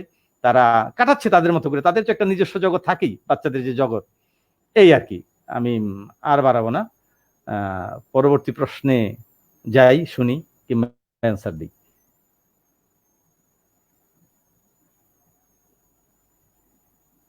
শুনতে পাচ্ছি না রাজিয়া সুলতানা, আপনার কথা শুনতে পাচ্ছি না। হ্যাঁ ঠিক আছে। জি, আমাদের অনেক সময় গড়িয়ে গেছে। তো আমার শেষ প্রশ্ন থাকবে আশরাফুল আজম খান স্যারের নিকট। এর আগে আমি একটু কমেন্ট গুলো পড়ে আসি, এখানে বেশ কিছু কমেন্টস আছে। তো আমি একটু কমেন্টস গুলো পড়ে আমি আমার শেষ প্রশ্ন রাখবো স্যারের নিকট। আচ্ছা জামাল উদ্দিন দামাল বলেছেন অসাধারণ আয়োজন, আইনুল হক আছেন, উনি অভিনন্দন জানিয়েছেন। ফাতিমা টগরাপা আছেন, সময় উপযোগী অনুষ্ঠান, অনেক ধন্যবাদ। কাজী দিলরুর রহমান বলেছেন প্রশংসনীয় অনুষ্ঠান, সঞ্চালক রাজি আপু। নেট সমস্যার কারণে দেখা যাচ্ছে না, দুঃখিত, ওনার ওখানে নেট সমস্যা হয়েছে। আচ্ছা, আমার কথা কি শোনা যাচ্ছে? ইয়েস, শোনা যাচ্ছে। হ্যাঁ, স্যাররা কি আমার কথা শুনতে পাচ্ছেন? আচ্ছা, আপনাদের সঙ্গে থাকতে পেরে ভালো লাগছে, মালিক মাহমুদ ভাই বলেছেন।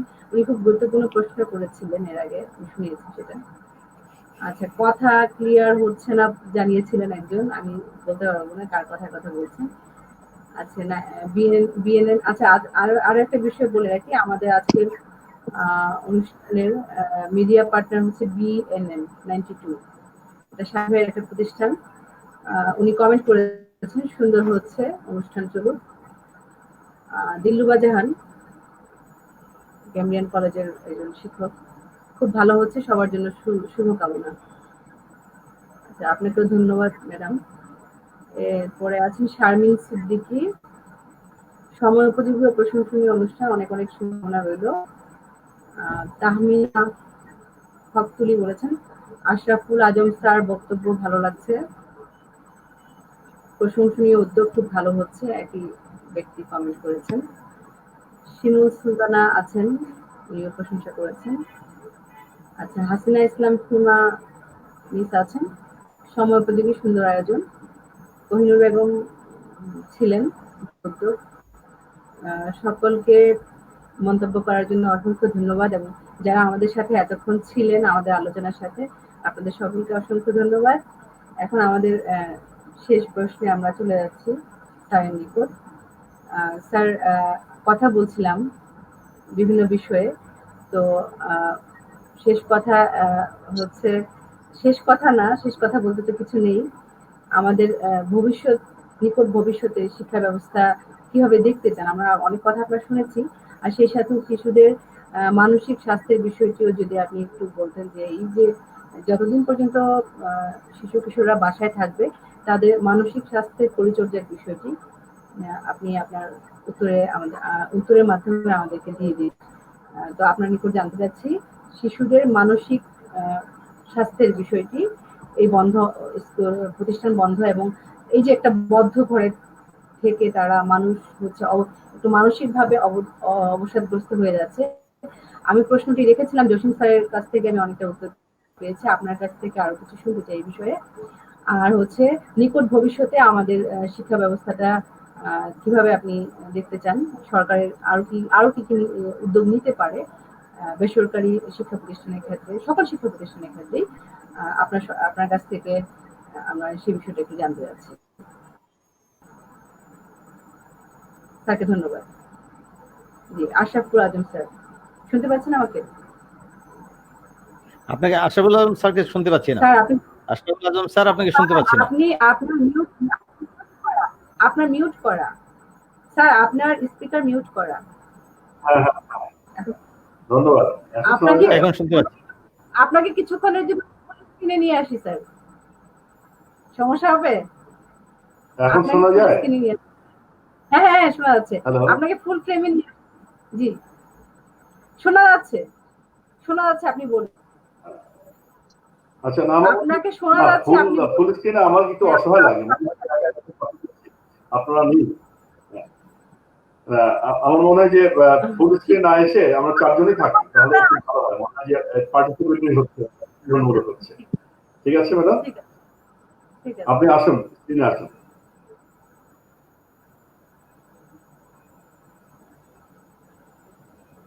হ্যালো, আচ্ছা, আপনি শুরু করুন, আমি আনতেছি। হ্যাঁ, ঠিক আছে।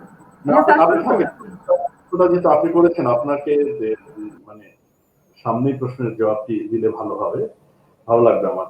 তো যেটি হচ্ছে যে আমাদের লক্ষ কোটি শিক্ষার্থীরা এখন তারা গৃহবন্দী দশার মধ্যে আছে। এই অনেক সময় তাদের এই দশাটা আমাদের কারাবাসের মতোই বলছি, কারণ তারা ঘরের বাইরে বের হতে পারছে না, তারা স্কুলে তাদের প্রিয়জনদের সাথে দেখা করতে পারছে না, প্রিয় শিক্ষকদের সাথে তাদের দেখা নেই, এবং সেটি একদিন না, দুদিন না, মাসের পর মাস এই পরিস্থিতির মধ্যে তারা আছে।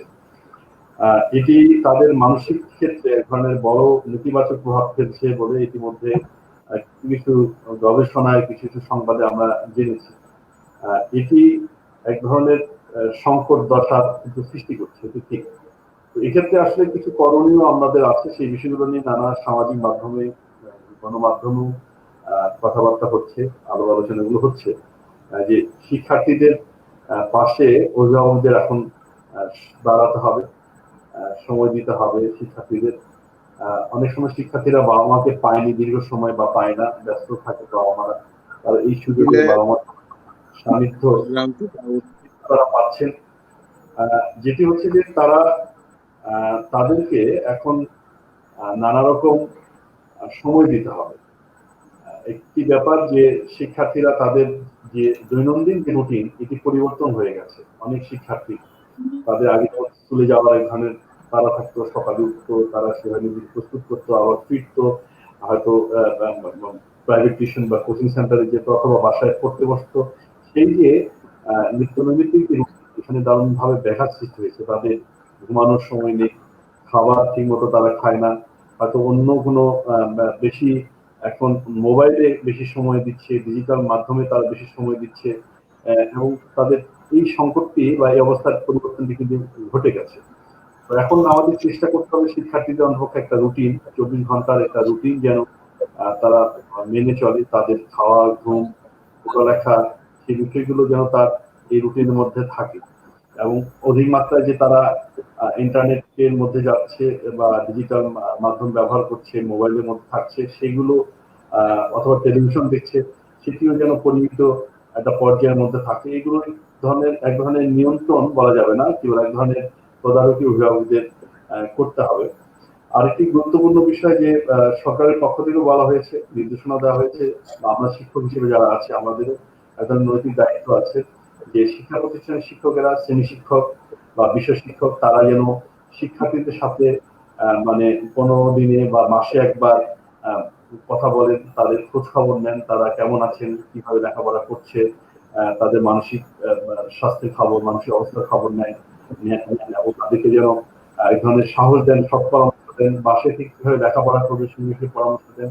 এটি যদি প্রত্যেক শিক্ষক, প্রত্যেক শিক্ষা প্রতিষ্ঠানের উদ্যোগে নিয়ম করে করা যায়, তাহলে ওদের মধ্যে, শিক্ষার্থীর মধ্যে যে এক ধরনের অসহায়ত্ব বা তারা মনে করছে আমাদের শিক্ষক আমাদের পাশে নেই, অনুভূতিটা তাদের থাকবে না। তো এগুলো আমরা করতে পারি। পাশাপাশি আরেকটা বিষয় যে আমরা দেখছি, আমি বিশেষভাবে লক্ষ্য করছিলাম যে এর মধ্যে অনেক শিক্ষার্থী, তাদেরকে তো একজন সৃজনশীল প্রতিভার এক ধরনের বিকাশ ঘটছে। এটি একটু ভালো দিক। যে একজন শিক্ষার্থী বাসায় থেকে যে কখনো হয়তো ছবি আঁকতো না, সে তার অবসর সময়ে ছবি আঁকছে।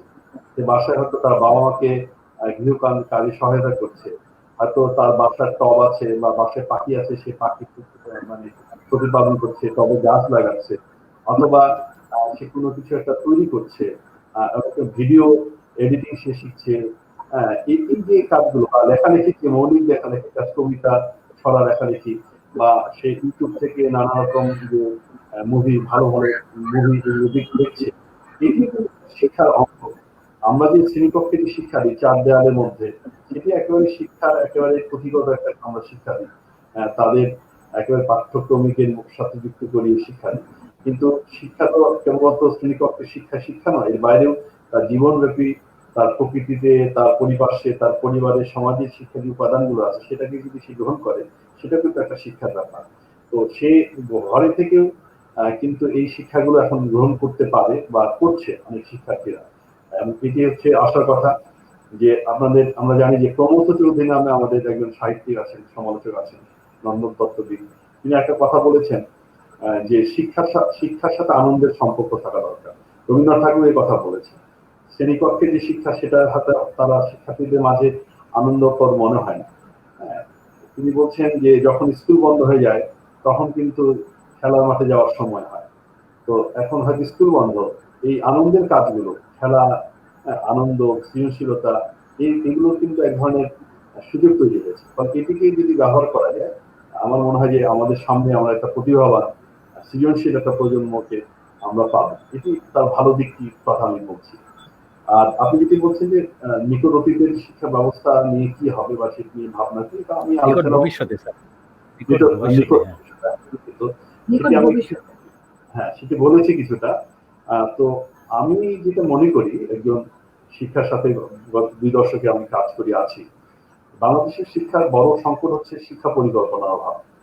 আমাদের শিক্ষা নীতি সে অর্থে নাই। আমাদের মুক্তিযুদ্ধের পরে 73 সালে বা 74 সালে একটা শিক্ষানীতি প্রণীত হয়েছিল, ক্ষুদা শিক্ষা কমিশন নীতি। সেই নীতিতে অনেক প্রগতিশীল উপাদান ছিল, অনেক ভালো উপাদান ছিল, প্রস্তাবনা ছিল যে সদ্য স্বাধীনপ্রাপ্ত রাষ্ট্র ব্যবস্থার শিক্ষা কাঠামো কি হবে, কারা কিভাবে শিক্ষিত হবে। আমরা কিন্তু সেই ক্ষুদা শিক্ষা কমিশনের রিপোর্ট স্বাধীনতা 50 বছরে আমরা বাস্তবায়ন করতে পারিনি। তার পরবর্তীতে বিভিন্ন সরকার এসেছে, তারা বিভিন্ন রিপোর্ট করেছেন, নীতিমালা প্রণয়ন করেছেন। বর্তমান সরকারের নীতিমালা আছে, কবির চৌধুরী শিক্ষা কমিশনের নীতিমালা। তো সেটাও ক্ষুদা শিক্ষা কমিশনের আলোকে প্রণীত। সেই নীতিমালা অনেক ভালো ভালো ঘোষণা পরিকল্পনা কিন্তু আছে, কিন্তু সেটা বাস্তবায়ন আমরা দেখছি না। পরিকল্পনা অভাব বলতে আমি বলবো, মানে হয়তো ঠিক বলা হবে না, তার বাস্তবায়নটুকু হচ্ছে না। যেমন আমাদের শিক্ষা ব্যবস্থা প্রধান যে সংকটটি হচ্ছে যে আমাদের শিক্ষা ব্যবস্থা নানামুখী, নানা ধারা বিভক্ত। এটি একটি বড় সংকট যে আমাদের এই কোন দেশের শিক্ষা ব্যবস্থা যখন নানা ধারা বিভক্ত হয়, তখন সেই শিক্ষার যে মানসিকতা, একটা জাতীয় মানসিকতা, সেটা কিন্তু তৈরি হয় না। আপনি দেখেন যে করোনা যখন এলো, করোনাটা আসলে কি, এটা নিয়ে আমরা নানাজন নানা কথা বলেছি। কে বলেছে যে এটি কি বলে পান খেলে এটা ছেড়ে যাবে, অনেক শিক্ষিত মানুষকে বলতে শুনেছি যে এটা কোনো রোগ না, বা যে এটি করে সেরে যাবে। এই যে একটা করোনা, একটা দুর্যোগ সংকট, এই সংকটের মুহূর্তে কিন্তু আমরা একেবারে একমত হতে পারছি না যেটিকে কিভাবে প্রতিরোধ করবো, কিভাবে মোকাবেলা করবো, কিভাবে স্বাস্থ্যবিধি মানা দরকার। আপনি মাস্ক পরবেন বা মাস্ক পরবেন না, এটি নিয়ে আমাদের মধ্যে বিতর্ক আছে। তো এই যে, বা এটা তো একটা উদাহরণ দিলাম, যেরকম অনেক ক্ষেত্রে আমাদের জাতীয় অনেক গুরুত্বপূর্ণ বিষয়ে আমাদের ঐক্যবদ্ধ একটা চেতনার জায়গায় আমরা আসতে পারছি না। আমরা বিভাজিত, একজন আরেকজনের বিপক্ষ প্রতিপক্ষ হিসেবে দাঁড়াচ্ছি। এটি কেন? এটা হচ্ছে মানসিকতার কারণে। আমাদের সকলের মানসিকতা ভিন্ন ভিন্ন, মানসিকতায় ভিন্ন ভিন্ন শিক্ষা ব্যবস্থার মধ্যে দিয়ে আমরা বেড়ে উঠছি। তো এটি একটা কি মানে আধুনিক রাষ্ট্র বা জাতি গঠনের একটি বড় অন্তরায়। আমি যদি উন্নত দেশগুলো যদি বলি, তারা কিন্তু এই বিষয়গুলো, বাধাগুলো অতিক্রম করে গেছে। তাদের শিক্ষা ব্যবস্থা এত বহুমুখী না। আমাদের এক পক্ষ, আমরা ইংলিশ মিডিয়ামে ইংলিশ ভাষা শিখে পাশ্চাত্যের শিক্ষা সংস্কৃতিতে আমরা জীবনধারায় অভ্যস্ত হতে চাচ্ছি। আরেকটা অংশ আছে যারা আমরা ধর্মীয় শিক্ষার নামে আমরা এক ধরনের পশ্চাৎপদ শিক্ষা বা এক ধরনের বা ভাষিক শিক্ষা, ধর্মীয় ভাষিক শিক্ষার মধ্যে আছে, সেখানে শিক্ষার আধুনিক উপাদানগুলো সে থেকে আমরা বঞ্চিত হয়েছি। আরেকজন শিক্ষা ব্যবস্থা আছে যেটি সাধারণ শিক্ষা ব্যবস্থায় কেবলমাত্র আমাদের মানে প্রায়োগিক শিক্ষায় আমাদের শিক্ষিত করা হচ্ছে। তো এই যে বা নানা আমাদের 11 ধারা 13 ধারা আমাদের শিক্ষা ব্যবস্থা মানে বিভাজিত। তো এই বিভাজিত শিক্ষা ব্যবস্থাকে এক ধরনের পরিকল্পনার মধ্যে নিয়ে এসে অভিন্ন এক ধরনের শিক্ষানীতি, শিক্ষা ব্যবস্থার মধ্যে নিয়ে আসা দরকার। এটি সবচেয়ে গুরুত্বপূর্ণ বলে আমি মনে করি। 2 নম্বর হচ্ছে যে আমাদের শিক্ষা ব্যবস্থা ভ্যালু বেসড হওয়া উচিত, মূল্যবোধ কেন্দ্রিক, এবং জীবন জীবন কি বলে দক্ষতা ভিত্তিক। হ্যাঁ, আমাদের যে জীবনে যে কারিগরি দক্ষতা এগুলো দরকার, সেগুলো ভিত্তিক হওয়া উচিত। এগুলো অনেক গুরুত্বপূর্ণ, অনেক বড় আলোচনার বিষয়, তারপর সেই আলোচনা আমি বলছি না। আরেকটা ব্যাপার যে সর্বাগ্রে শিক্ষাকে মূল্য দেওয়া দরকার। দেশের একজন শিক্ষক, তিনি যদি বিচারপতি, প্রধান বিচারপতি বা বিচারপতিদের মতো করে তিনি যদি বেতন পান, একজন শিক্ষক তিনি যদি সবচেয়ে ভালো বেতন পান, তাহলে মেধাবীরা শিক্ষার কাঠামোর মধ্যে আসবে, শিক্ষকতার পেশার মধ্যে আসবে। তো এই যে শিক্ষকদের এই সামাজিক মর্যাদা, তা খুব নিশ্চিত করা দরকার। করোনা কালে শিক্ষকরা যে অসহায় অবস্থার মধ্যে আমরা দেখছি, অধিকাংশ শিক্ষক, তো সে কারণে এই শিক্ষকদের পাশে রাষ্ট্রকে, সরকারকে দাঁড়াতে হবে, তার সকল সামর্থ্য নিয়ে দাঁড়াতে হবে। সামর্থ্য নেই এ কথা বলে আসলে এই অবস্থাকে মানে অগ্রাহ্য করার কোনো সুযোগ নেই। কারণ শিক্ষা হচ্ছে আমাদের প্রথম বিনিয়োগ, এবং এটি হচ্ছে একমাত্র গুরুত্বপূর্ণ বিষয়। আপনি আবারও বলি, অনেক মেগা প্রজেক্টে খরচ করতে পারবেন কোটি কোটি টাকা, কিন্তু সেই টাকাটির একটা অংশ যদি এখানে খরচ করা যায়, সেটি কিন্তু অনেক গুণে ফিরে আসবে। ইউনেস্কো, জাতিসংঘের যে সংস্থা, তারা বলেছে যে আমাদের জাতীয় আয়ের 5 ভাগ শিক্ষা খাতে বরাদ্দ করার কথা। এটি কিন্তু আজকে বলেনি, আজকে থেকে 20 বছর বলা হচ্ছে। আমরা সেই ঘোষণাপত্রে স্বাক্ষর করেছি, কিন্তু আমাদের জাতীয় 5 ভাগ শিক্ষা খাতে বরাদ্দ হচ্ছে না। শিক্ষার বাজেট হয়তো পরিমাণে বাড়ছে, কিন্তু তার অন্যান্য তুলনায় রেশিওতে ক্ষেত্রে সেটা বাড়ছে না।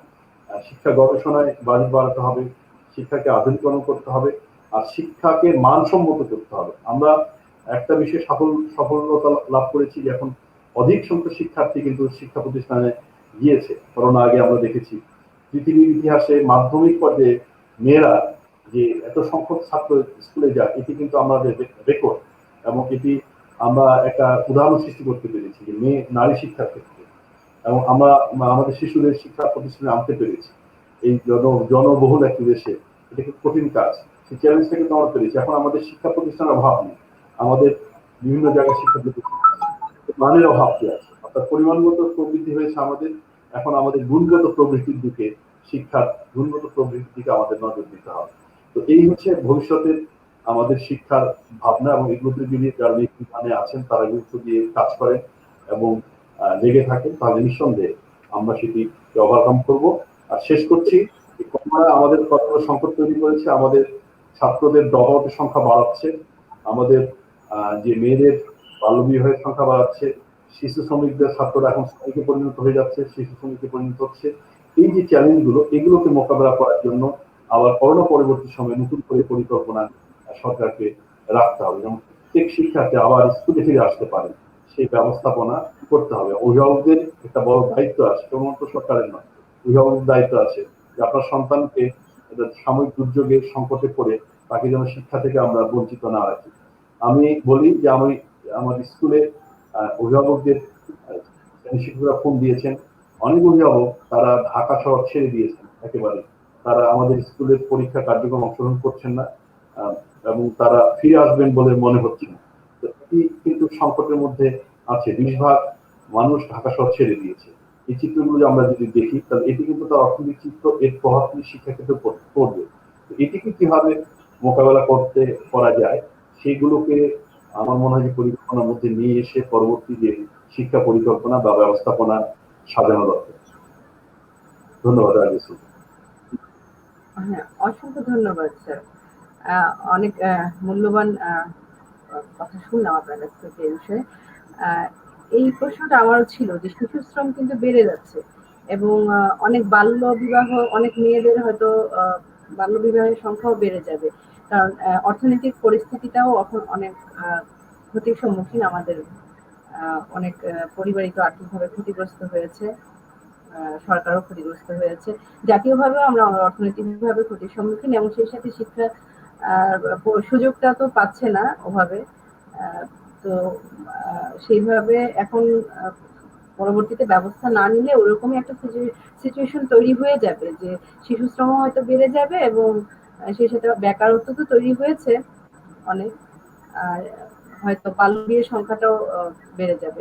এই বিষয়ে একটা আশঙ্কা আমরা দেখেছি, অনলাইন ভিত্তিক বিভিন্ন নিউজেও এসেছে, আলোচনায় এসেছে। তো আমার শেষ প্রশ্ন জহির স্যারের কাছে ছোট্ট একটি প্রশ্ন থাকবে। আপনি আপনার দৃষ্টিতে আপনি কিছু বলুন, যে স্যার তো বললো সরকারের বিষয়ে, নিকট ভবিষ্যতে আমাদের শিক্ষা ব্যবস্থার বিষয়ে, তো আপনার দৃষ্টিতে আপনি একটু বলুন যে বেসরকারি শিক্ষা প্রতিষ্ঠানগুলো নিয়ে আসলে একটু শিক্ষার্থীদের একটু প্রবলেম হচ্ছে, এবং শিক্ষা প্রতিষ্ঠান, সেই সাথে প্রতিষ্ঠান মানে সবকিছু মিলিয়ে শিক্ষকরা যারা আছেন, শিক্ষার্থীরা যারা আছেন, এই একদম বেসরকারি, যারা কোনোভাবে সরকারের সাপোর্ট পাচ্ছে না, পাই না,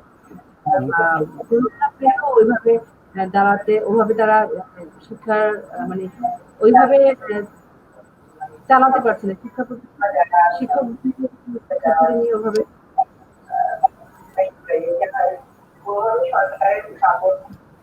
জসিম স্যার কি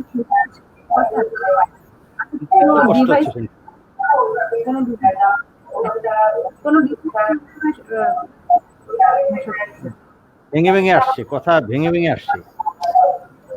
আমি আবার বলছি, বেসরকারি শিক্ষা প্রতিষ্ঠানের বিষয়ে আপনার একটু শেষ কথা শুনতে চাই। সরকার এই বিষয়ে সরকারের দেখা উচিত কিন্তু টিকে থাকতে পারে, কারণ শিক্ষা প্রতিষ্ঠান বন্ধ হয়ে গিয়েছে। তাদের বিষয়ে কোনো রকম উদ্যোগ নিবে কিনা সেই শিক্ষা প্রতিষ্ঠানগুলো বাঁচানোর জন্য সরকারের কিছু করণীয় আছে কিনা, বা আমাদের শিক্ষা উদ্যোক্তা যারা আছেন, শিক্ষা ক্ষেত্রে যারা বিনিয়োগ করেন, হ্যাঁ, বা যারা শিক্ষা নিয়ে কাজ করেন, তাদের কিছু করার আছে কিনা। এই যে শিক্ষা প্রতিষ্ঠান কিছু বন্ধ হয়ে যাচ্ছে বা কিছু হয়ে গিয়েছে, একজন তো একটা শিক্ষা প্রতিষ্ঠান বিক্রিও করার বিজ্ঞাপন দিয়েছেন, এরকম নিউজও এসেছে। তো এই বিষয়ে একটু স্যার জানতে চাচ্ছি আপনার। আমি বলছি যে বিচ্ছিন্ন কিছু ঘটনা থাকতেই পারে, আবার বিচ্ছিন্ন ঘটনাগুলো যখন কমন হয়ে যায় তখন আলোচনায় আসে। স্কুল বিক্রি করার বা কলেজ বিক্রি করার বিজ্ঞাপন আসতে পারে, কোনো শিক্ষক শিক্ষকতা ছেড়ে দিয়ে অন্য কোনো ছোটখাটো ব্যবসা কিংবা অন্য কোনো পার্ট টাইম চাকরি নেওয়ার চেষ্টা করতে পারে, স্কুল কলেজ থেকে ড্রপ আউট হতে পারে। নানা রকম সমস্যার মুখোমুখি আমরা এই সময়টা। আসলে তো পুরো বিশ্বই সমস্যার মুখোমুখি, শুধুমাত্র শিক্ষা প্রতিষ্ঠান না, অন্যান্য প্রতিষ্ঠান থেকেও কর্মচারী কর্মকর্তা ছাঁটাই হচ্ছে কিংবা বেতন পাচ্ছে না। তো সরকার যেহেতু শিক্ষাকে বলা হয় education is the backbone of a nation, so এই দিকটা তো অবশ্যই সরকার দেখছে এবং দেখবে, দেখা উচিত। এবং সমন্বিতভাবে যদি ব্যাংকও এই আমাদের শিক্ষা উদ্যোক্তাদের কোনো বিশেষ কোনো ক্যাটাগরিতে এসএমই লোন টাইপেরও দেয়, তাও হয়তো উপকার হতে পারে, আশা করি ভাবছে। এবং একটা সময় ব্র্যাক ব্যাংকের এরকম ছিল, মানে এসএমই লোন ছিল, আমরা আমাদের স্কুল থেকে নিয়ে এসেছিলাম পরপর 2বার বা 3বার, এবং সেই অ্যামাউন্টটাও কম ছিল না, এবং সেটা আমরা মাস ভিত্তিক দিয়েও দিয়েছি। এখন আর ব্র্যাক ব্যাংক আমাদের কাছে কোনো টাকা পাওনা নেই। তো ব্র্যাক ব্যাংক বলেন, আইএফআইসি ব্যাংক বলেন, অনেক ব্যাংক, সরকারি বেসরকারি ব্যাংক থেকে সে মানে মোটামুটি একটা সহজ ক্যাটাগরিতে আসতেই পারে, তাই না? দুই একজন গ্রান্টর নিয়ে বা রেফারেন্স নিয়ে দিতেই পারে। সো আমি সব মিলে সরকার, সরকারি ব্যাংক, বেসরকারি ব্যাংক কিংবা এনজিও কিংবা অন্যান্য ফাইন্যান্স প্রতিষ্ঠান সব মিলে সমন্বিত প্রচেষ্টায় যদি আমরা আমাদের ভবিষ্যৎ প্রজন্মের শিক্ষা নিশ্চিত করতে চাই, তাদের স্বাস্থ্য মানসিক সমস্ত দিক বিবেচনা করে যদি আমরা শিক্ষা প্রতিষ্ঠানগুলোর পাশে দাঁড়াতে চাই, আশা করি সম্ভব, তাই না? যত গর্জে আসলে তত বর্ষে না। আমরা যত বিপদ মনে করছি তত বিপদ হয়তো না। আর উপরে তো আল্লাহ আছে, রূপ তিনি দিয়েছেন, তিনি তো অবশ্যই নিয়ে যাবেন। এর আগে কি মহামারী আসেনি? এর আগে কি শিক্ষা প্রতিষ্ঠান বিপদে পড়েনি? আমরা এই কিন্ডারগার্টেন স্কুলের বই পাওয়া নিয়ে প্রশ্ন আসছিল, আমি নিজে রাস্তায় নেমেছি, আমি শহীদ মিনারে বক্তৃতা দিয়েছি, তখন মাননীয় প্রধানমন্ত্রী, আজকের প্রধানমন্ত্রী, তখনও তিনি প্রধানমন্ত্রী ছিলেন, আমার সময়টা ঠিক মনে নাই, হয়তোবা আপনার এই তো 9-10 সালে এরকম হতে পারে। তো আমি তখনও বলেছিলাম যে আপনার এই শিক্ষা উপকরণের জন্য জাতির পিতা বঙ্গবন্ধু শেখ মুজিবুর রহমানের কন্যা যেখানে সরকার প্রধান, সেখানে আমাদের খুব প্রবলেম হবে না, শুধু সমন্বয় করা দরকার, এবং হয়েছে, আমরা পেয়েছি। We are very much grateful. এখন আমরা যাদের কোড নাম্বার আছে, ইন নাম্বার আছে, তারা পাচ্ছি, যারা এখনো তালিকায় নাই তারাও তালিকায় আসবে। মানে we should wait for the better days, and I do believe from the core of my heart that better days will come again and again. I wish to say that actually we are hopeful, we are optimist. সব সমস্যার সমাধান হয়ে যাবে ইনশাআল্লাহ। আমি শেষ করতে চাই, I am grateful to you, Razia Sultana, my dear student, and আজম স্যারের কথায় আমি মুগ্ধ, অভিভূত। আশা করি এই প্যান্ডামিক সিচুয়েশন কেটে গেলে আমরা ফেস টু ফেস কথা বলবো। Thank you. ইনশাআল্লাহ। অনেক ধন্যবাদ জসিম স্যারকে এত সুন্দর পজিটিভ কথা বলার জন্য। আমাদের ভিতর থেকে হতাশা দূর হয়ে যাবে, আশা করি আমাদের সবকিছু আবার আগের মতো হয়ে যাবে। আমরাও শিক্ষার্থীদের এবং শিক্ষকদের নিয়ে আর হতাশগ্রস্ত হব না, বা শিক্ষা ব্যবস্থা নিয়ে, কারণ শিক্ষাই হচ্ছে একটা জাতির মেরুদণ্ড, এবং শিক্ষকরা হচ্ছে জাতি গড়ার কারিগর। শিক্ষকরা হচ্ছে আলোকিত মানুষ। একটি দেশের অনেক শ্রেষ্ঠ সম্পদ হচ্ছে শিক্ষক, অন্যতম শ্রেষ্ঠ সম্পদ। তো শিক্ষকদের অবশ্যই শিক্ষকদের দিকে সুনজর দিবেন আমাদের সরকার প্রধান যিনি আছেন, আমাদের বর্তমান সরকার, এবং সেই সাথে আরো যারা আছেন সমাজে বিত্তবান, আরো যারা ভাবেন শিক্ষা নিয়ে, সমাজ নিয়ে, তারাও নিশ্চয়ই এগিয়ে আসবেন, তারাও নিশ্চয়ই কোনো সমাধান দিবেন যে আমাদের এখন যারা ক্ষতিগ্রস্ত হয়ে আছেন যেসব শিক্ষকগণ এবং শিক্ষার্থীরা, যে পরিবেশে অনেকে সুযোগ পাচ্ছে, পড়াশোনা অনেকে পাচ্ছে না, বঞ্চিত হচ্ছে, সেই সবার ব্যাপারে যেন সুনজর দেন সকলে। তো সেই আশাবাদ রেখে আজকে আমরা আমাদের অনুষ্ঠান শেষ করছি। সকলকে অসংখ্য ধন্যবাদ। আপনারা সবাই অসংখ্য ব্যস্ত মানুষ, আজকে আপনাদের সময় বের করে আমাদের এই গুরুত্বপূর্ণ আয়োজনে আপনারা যুক্ত হয়েছেন, আমি আন্তরিকভাবে ধন্যবাদ জানাচ্ছি। সম্ভবত মোশাররফ স্যার অ্যাবসেন্ট হয়ে গেছেন, কারণ আমি জানি যে স্যার 9টার মধ্যে ঘুমিয়ে পড়েন। হ্যাঁ, 9টার মধ্যে উনি তার মধ্যে এখন আজকে হচ্ছে বাজে অনেক সময়, উনি আমাদের প্রোগ্রামের জন্যই এতটা সময় জেগেছিলেন, কিন্তু এই সময় উনি জেগে থাকেন না, এটা আমি জানি, যেহেতু ওনার প্রতিষ্ঠানে আমার। আচ্ছা, তো দুটো কমেন্ট এসেছে, আমি কমেন্টগুলো পড়ে আমি বিদায় নিয়ে নিচ্ছি সবার কাছ থেকে। আরো দুটো কমেন্ট এসেছে। মালিক মাহমুদ ভাই বলেছেন, বেশ গুরুত্বপূর্ণ, সুলতান আপা আপনার কথার সূত্র ধরে বলছি, সরকার করোনা আসার সঙ্গে সঙ্গে গার্মেন্টস সেক্টরে এত টাকা বরাদ্দ দিতে পারলেন, শিক্ষা খাতে কেন নয়? শিক্ষা জাতির মেরুদণ্ড, এটাকে কি আগে প্রাধান্য দেওয়া উচিত নয়? এই বিষয়ে আমাদের আশরাফুল আজম স্যার বলে দিয়েছেন অলরেডি, তো সেটা এখন আর নতুন করে কিছু বলার নেই, আমি আপনার মন্তব্যটি পড়ে শোনালাম, ওনাদের কাছে ওনারা আগেই বলেছেন এই বিষয়ে। আচ্ছা, ইমরোজ সোহেল ভাই বলেছেন, আছেন আরো জয়ন্তী বক্তা নামে একজন আছেন, উনি চমৎকার বলেছেন। আচ্ছা, ইমরোজ সোহেল ভাই, কবি ইমরোজ সোহেল ভাই মন্তব্য করেছেন, একটি অতি প্রয়োজনীয় বিষয়ে আজকে লাইভ আয়োজন করার জন্য আপনাকে ধন্যবাদ প্রিয় কবি হাদিয়া সুলতানা। আচ্ছা, ধন্যবাদ, প্রশংসা শুনতে সবারই ভালো লাগে, অসংখ্য ধন্যবাদ কবি ইমরোজ সোহেল ভাই আপনাকে। আচ্ছা, তো আজকের মতো বিদায় নিচ্ছি, অসংখ্য ধন্যবাদ স্যার আপনাদেরকে। ধন্যবাদ। হ্যাঁ, আল্লাহ হাফেজ। হ্যাঁ, আজম স্যার আপনি শুনতে পাচ্ছি না, আপনি মিউট হয়ে আছেন স্যার, আপনাকে শুনতে পাচ্ছি না, আপনি মিউট হয়ে আছেন। হ্যাঁ, আশরাফুল আজম বলি যে আপনাকেও অসংখ্য ধন্যবাদ আমাদের আলোচকদের পক্ষ থেকে, যে আজকে একটি বিষয়, গুরুত্বপূর্ণ বিষয় আপনি এই ধরনের আয়োজন করেছেন, এবং আমার পক্ষ থেকে বিশেষ কৃতজ্ঞতা যে আমাকে জানিয়ে আপনার এই অনুষ্ঠানে কথা বলার সুযোগ দিয়েছেন। অসংখ্য ধন্যবাদ, এবং আমিও কৃতজ্ঞতা প্রকাশ করছি স্যার আপনাদের বিরুদ্ধে। আল্লাহ হাফেজ। আল্লাহ হাফেজ। দর্শক বিন্দু সবাইকে ধন্যবাদ যারা এতক্ষণ আমাদের সাথে কষ্ট করে ছিলেন।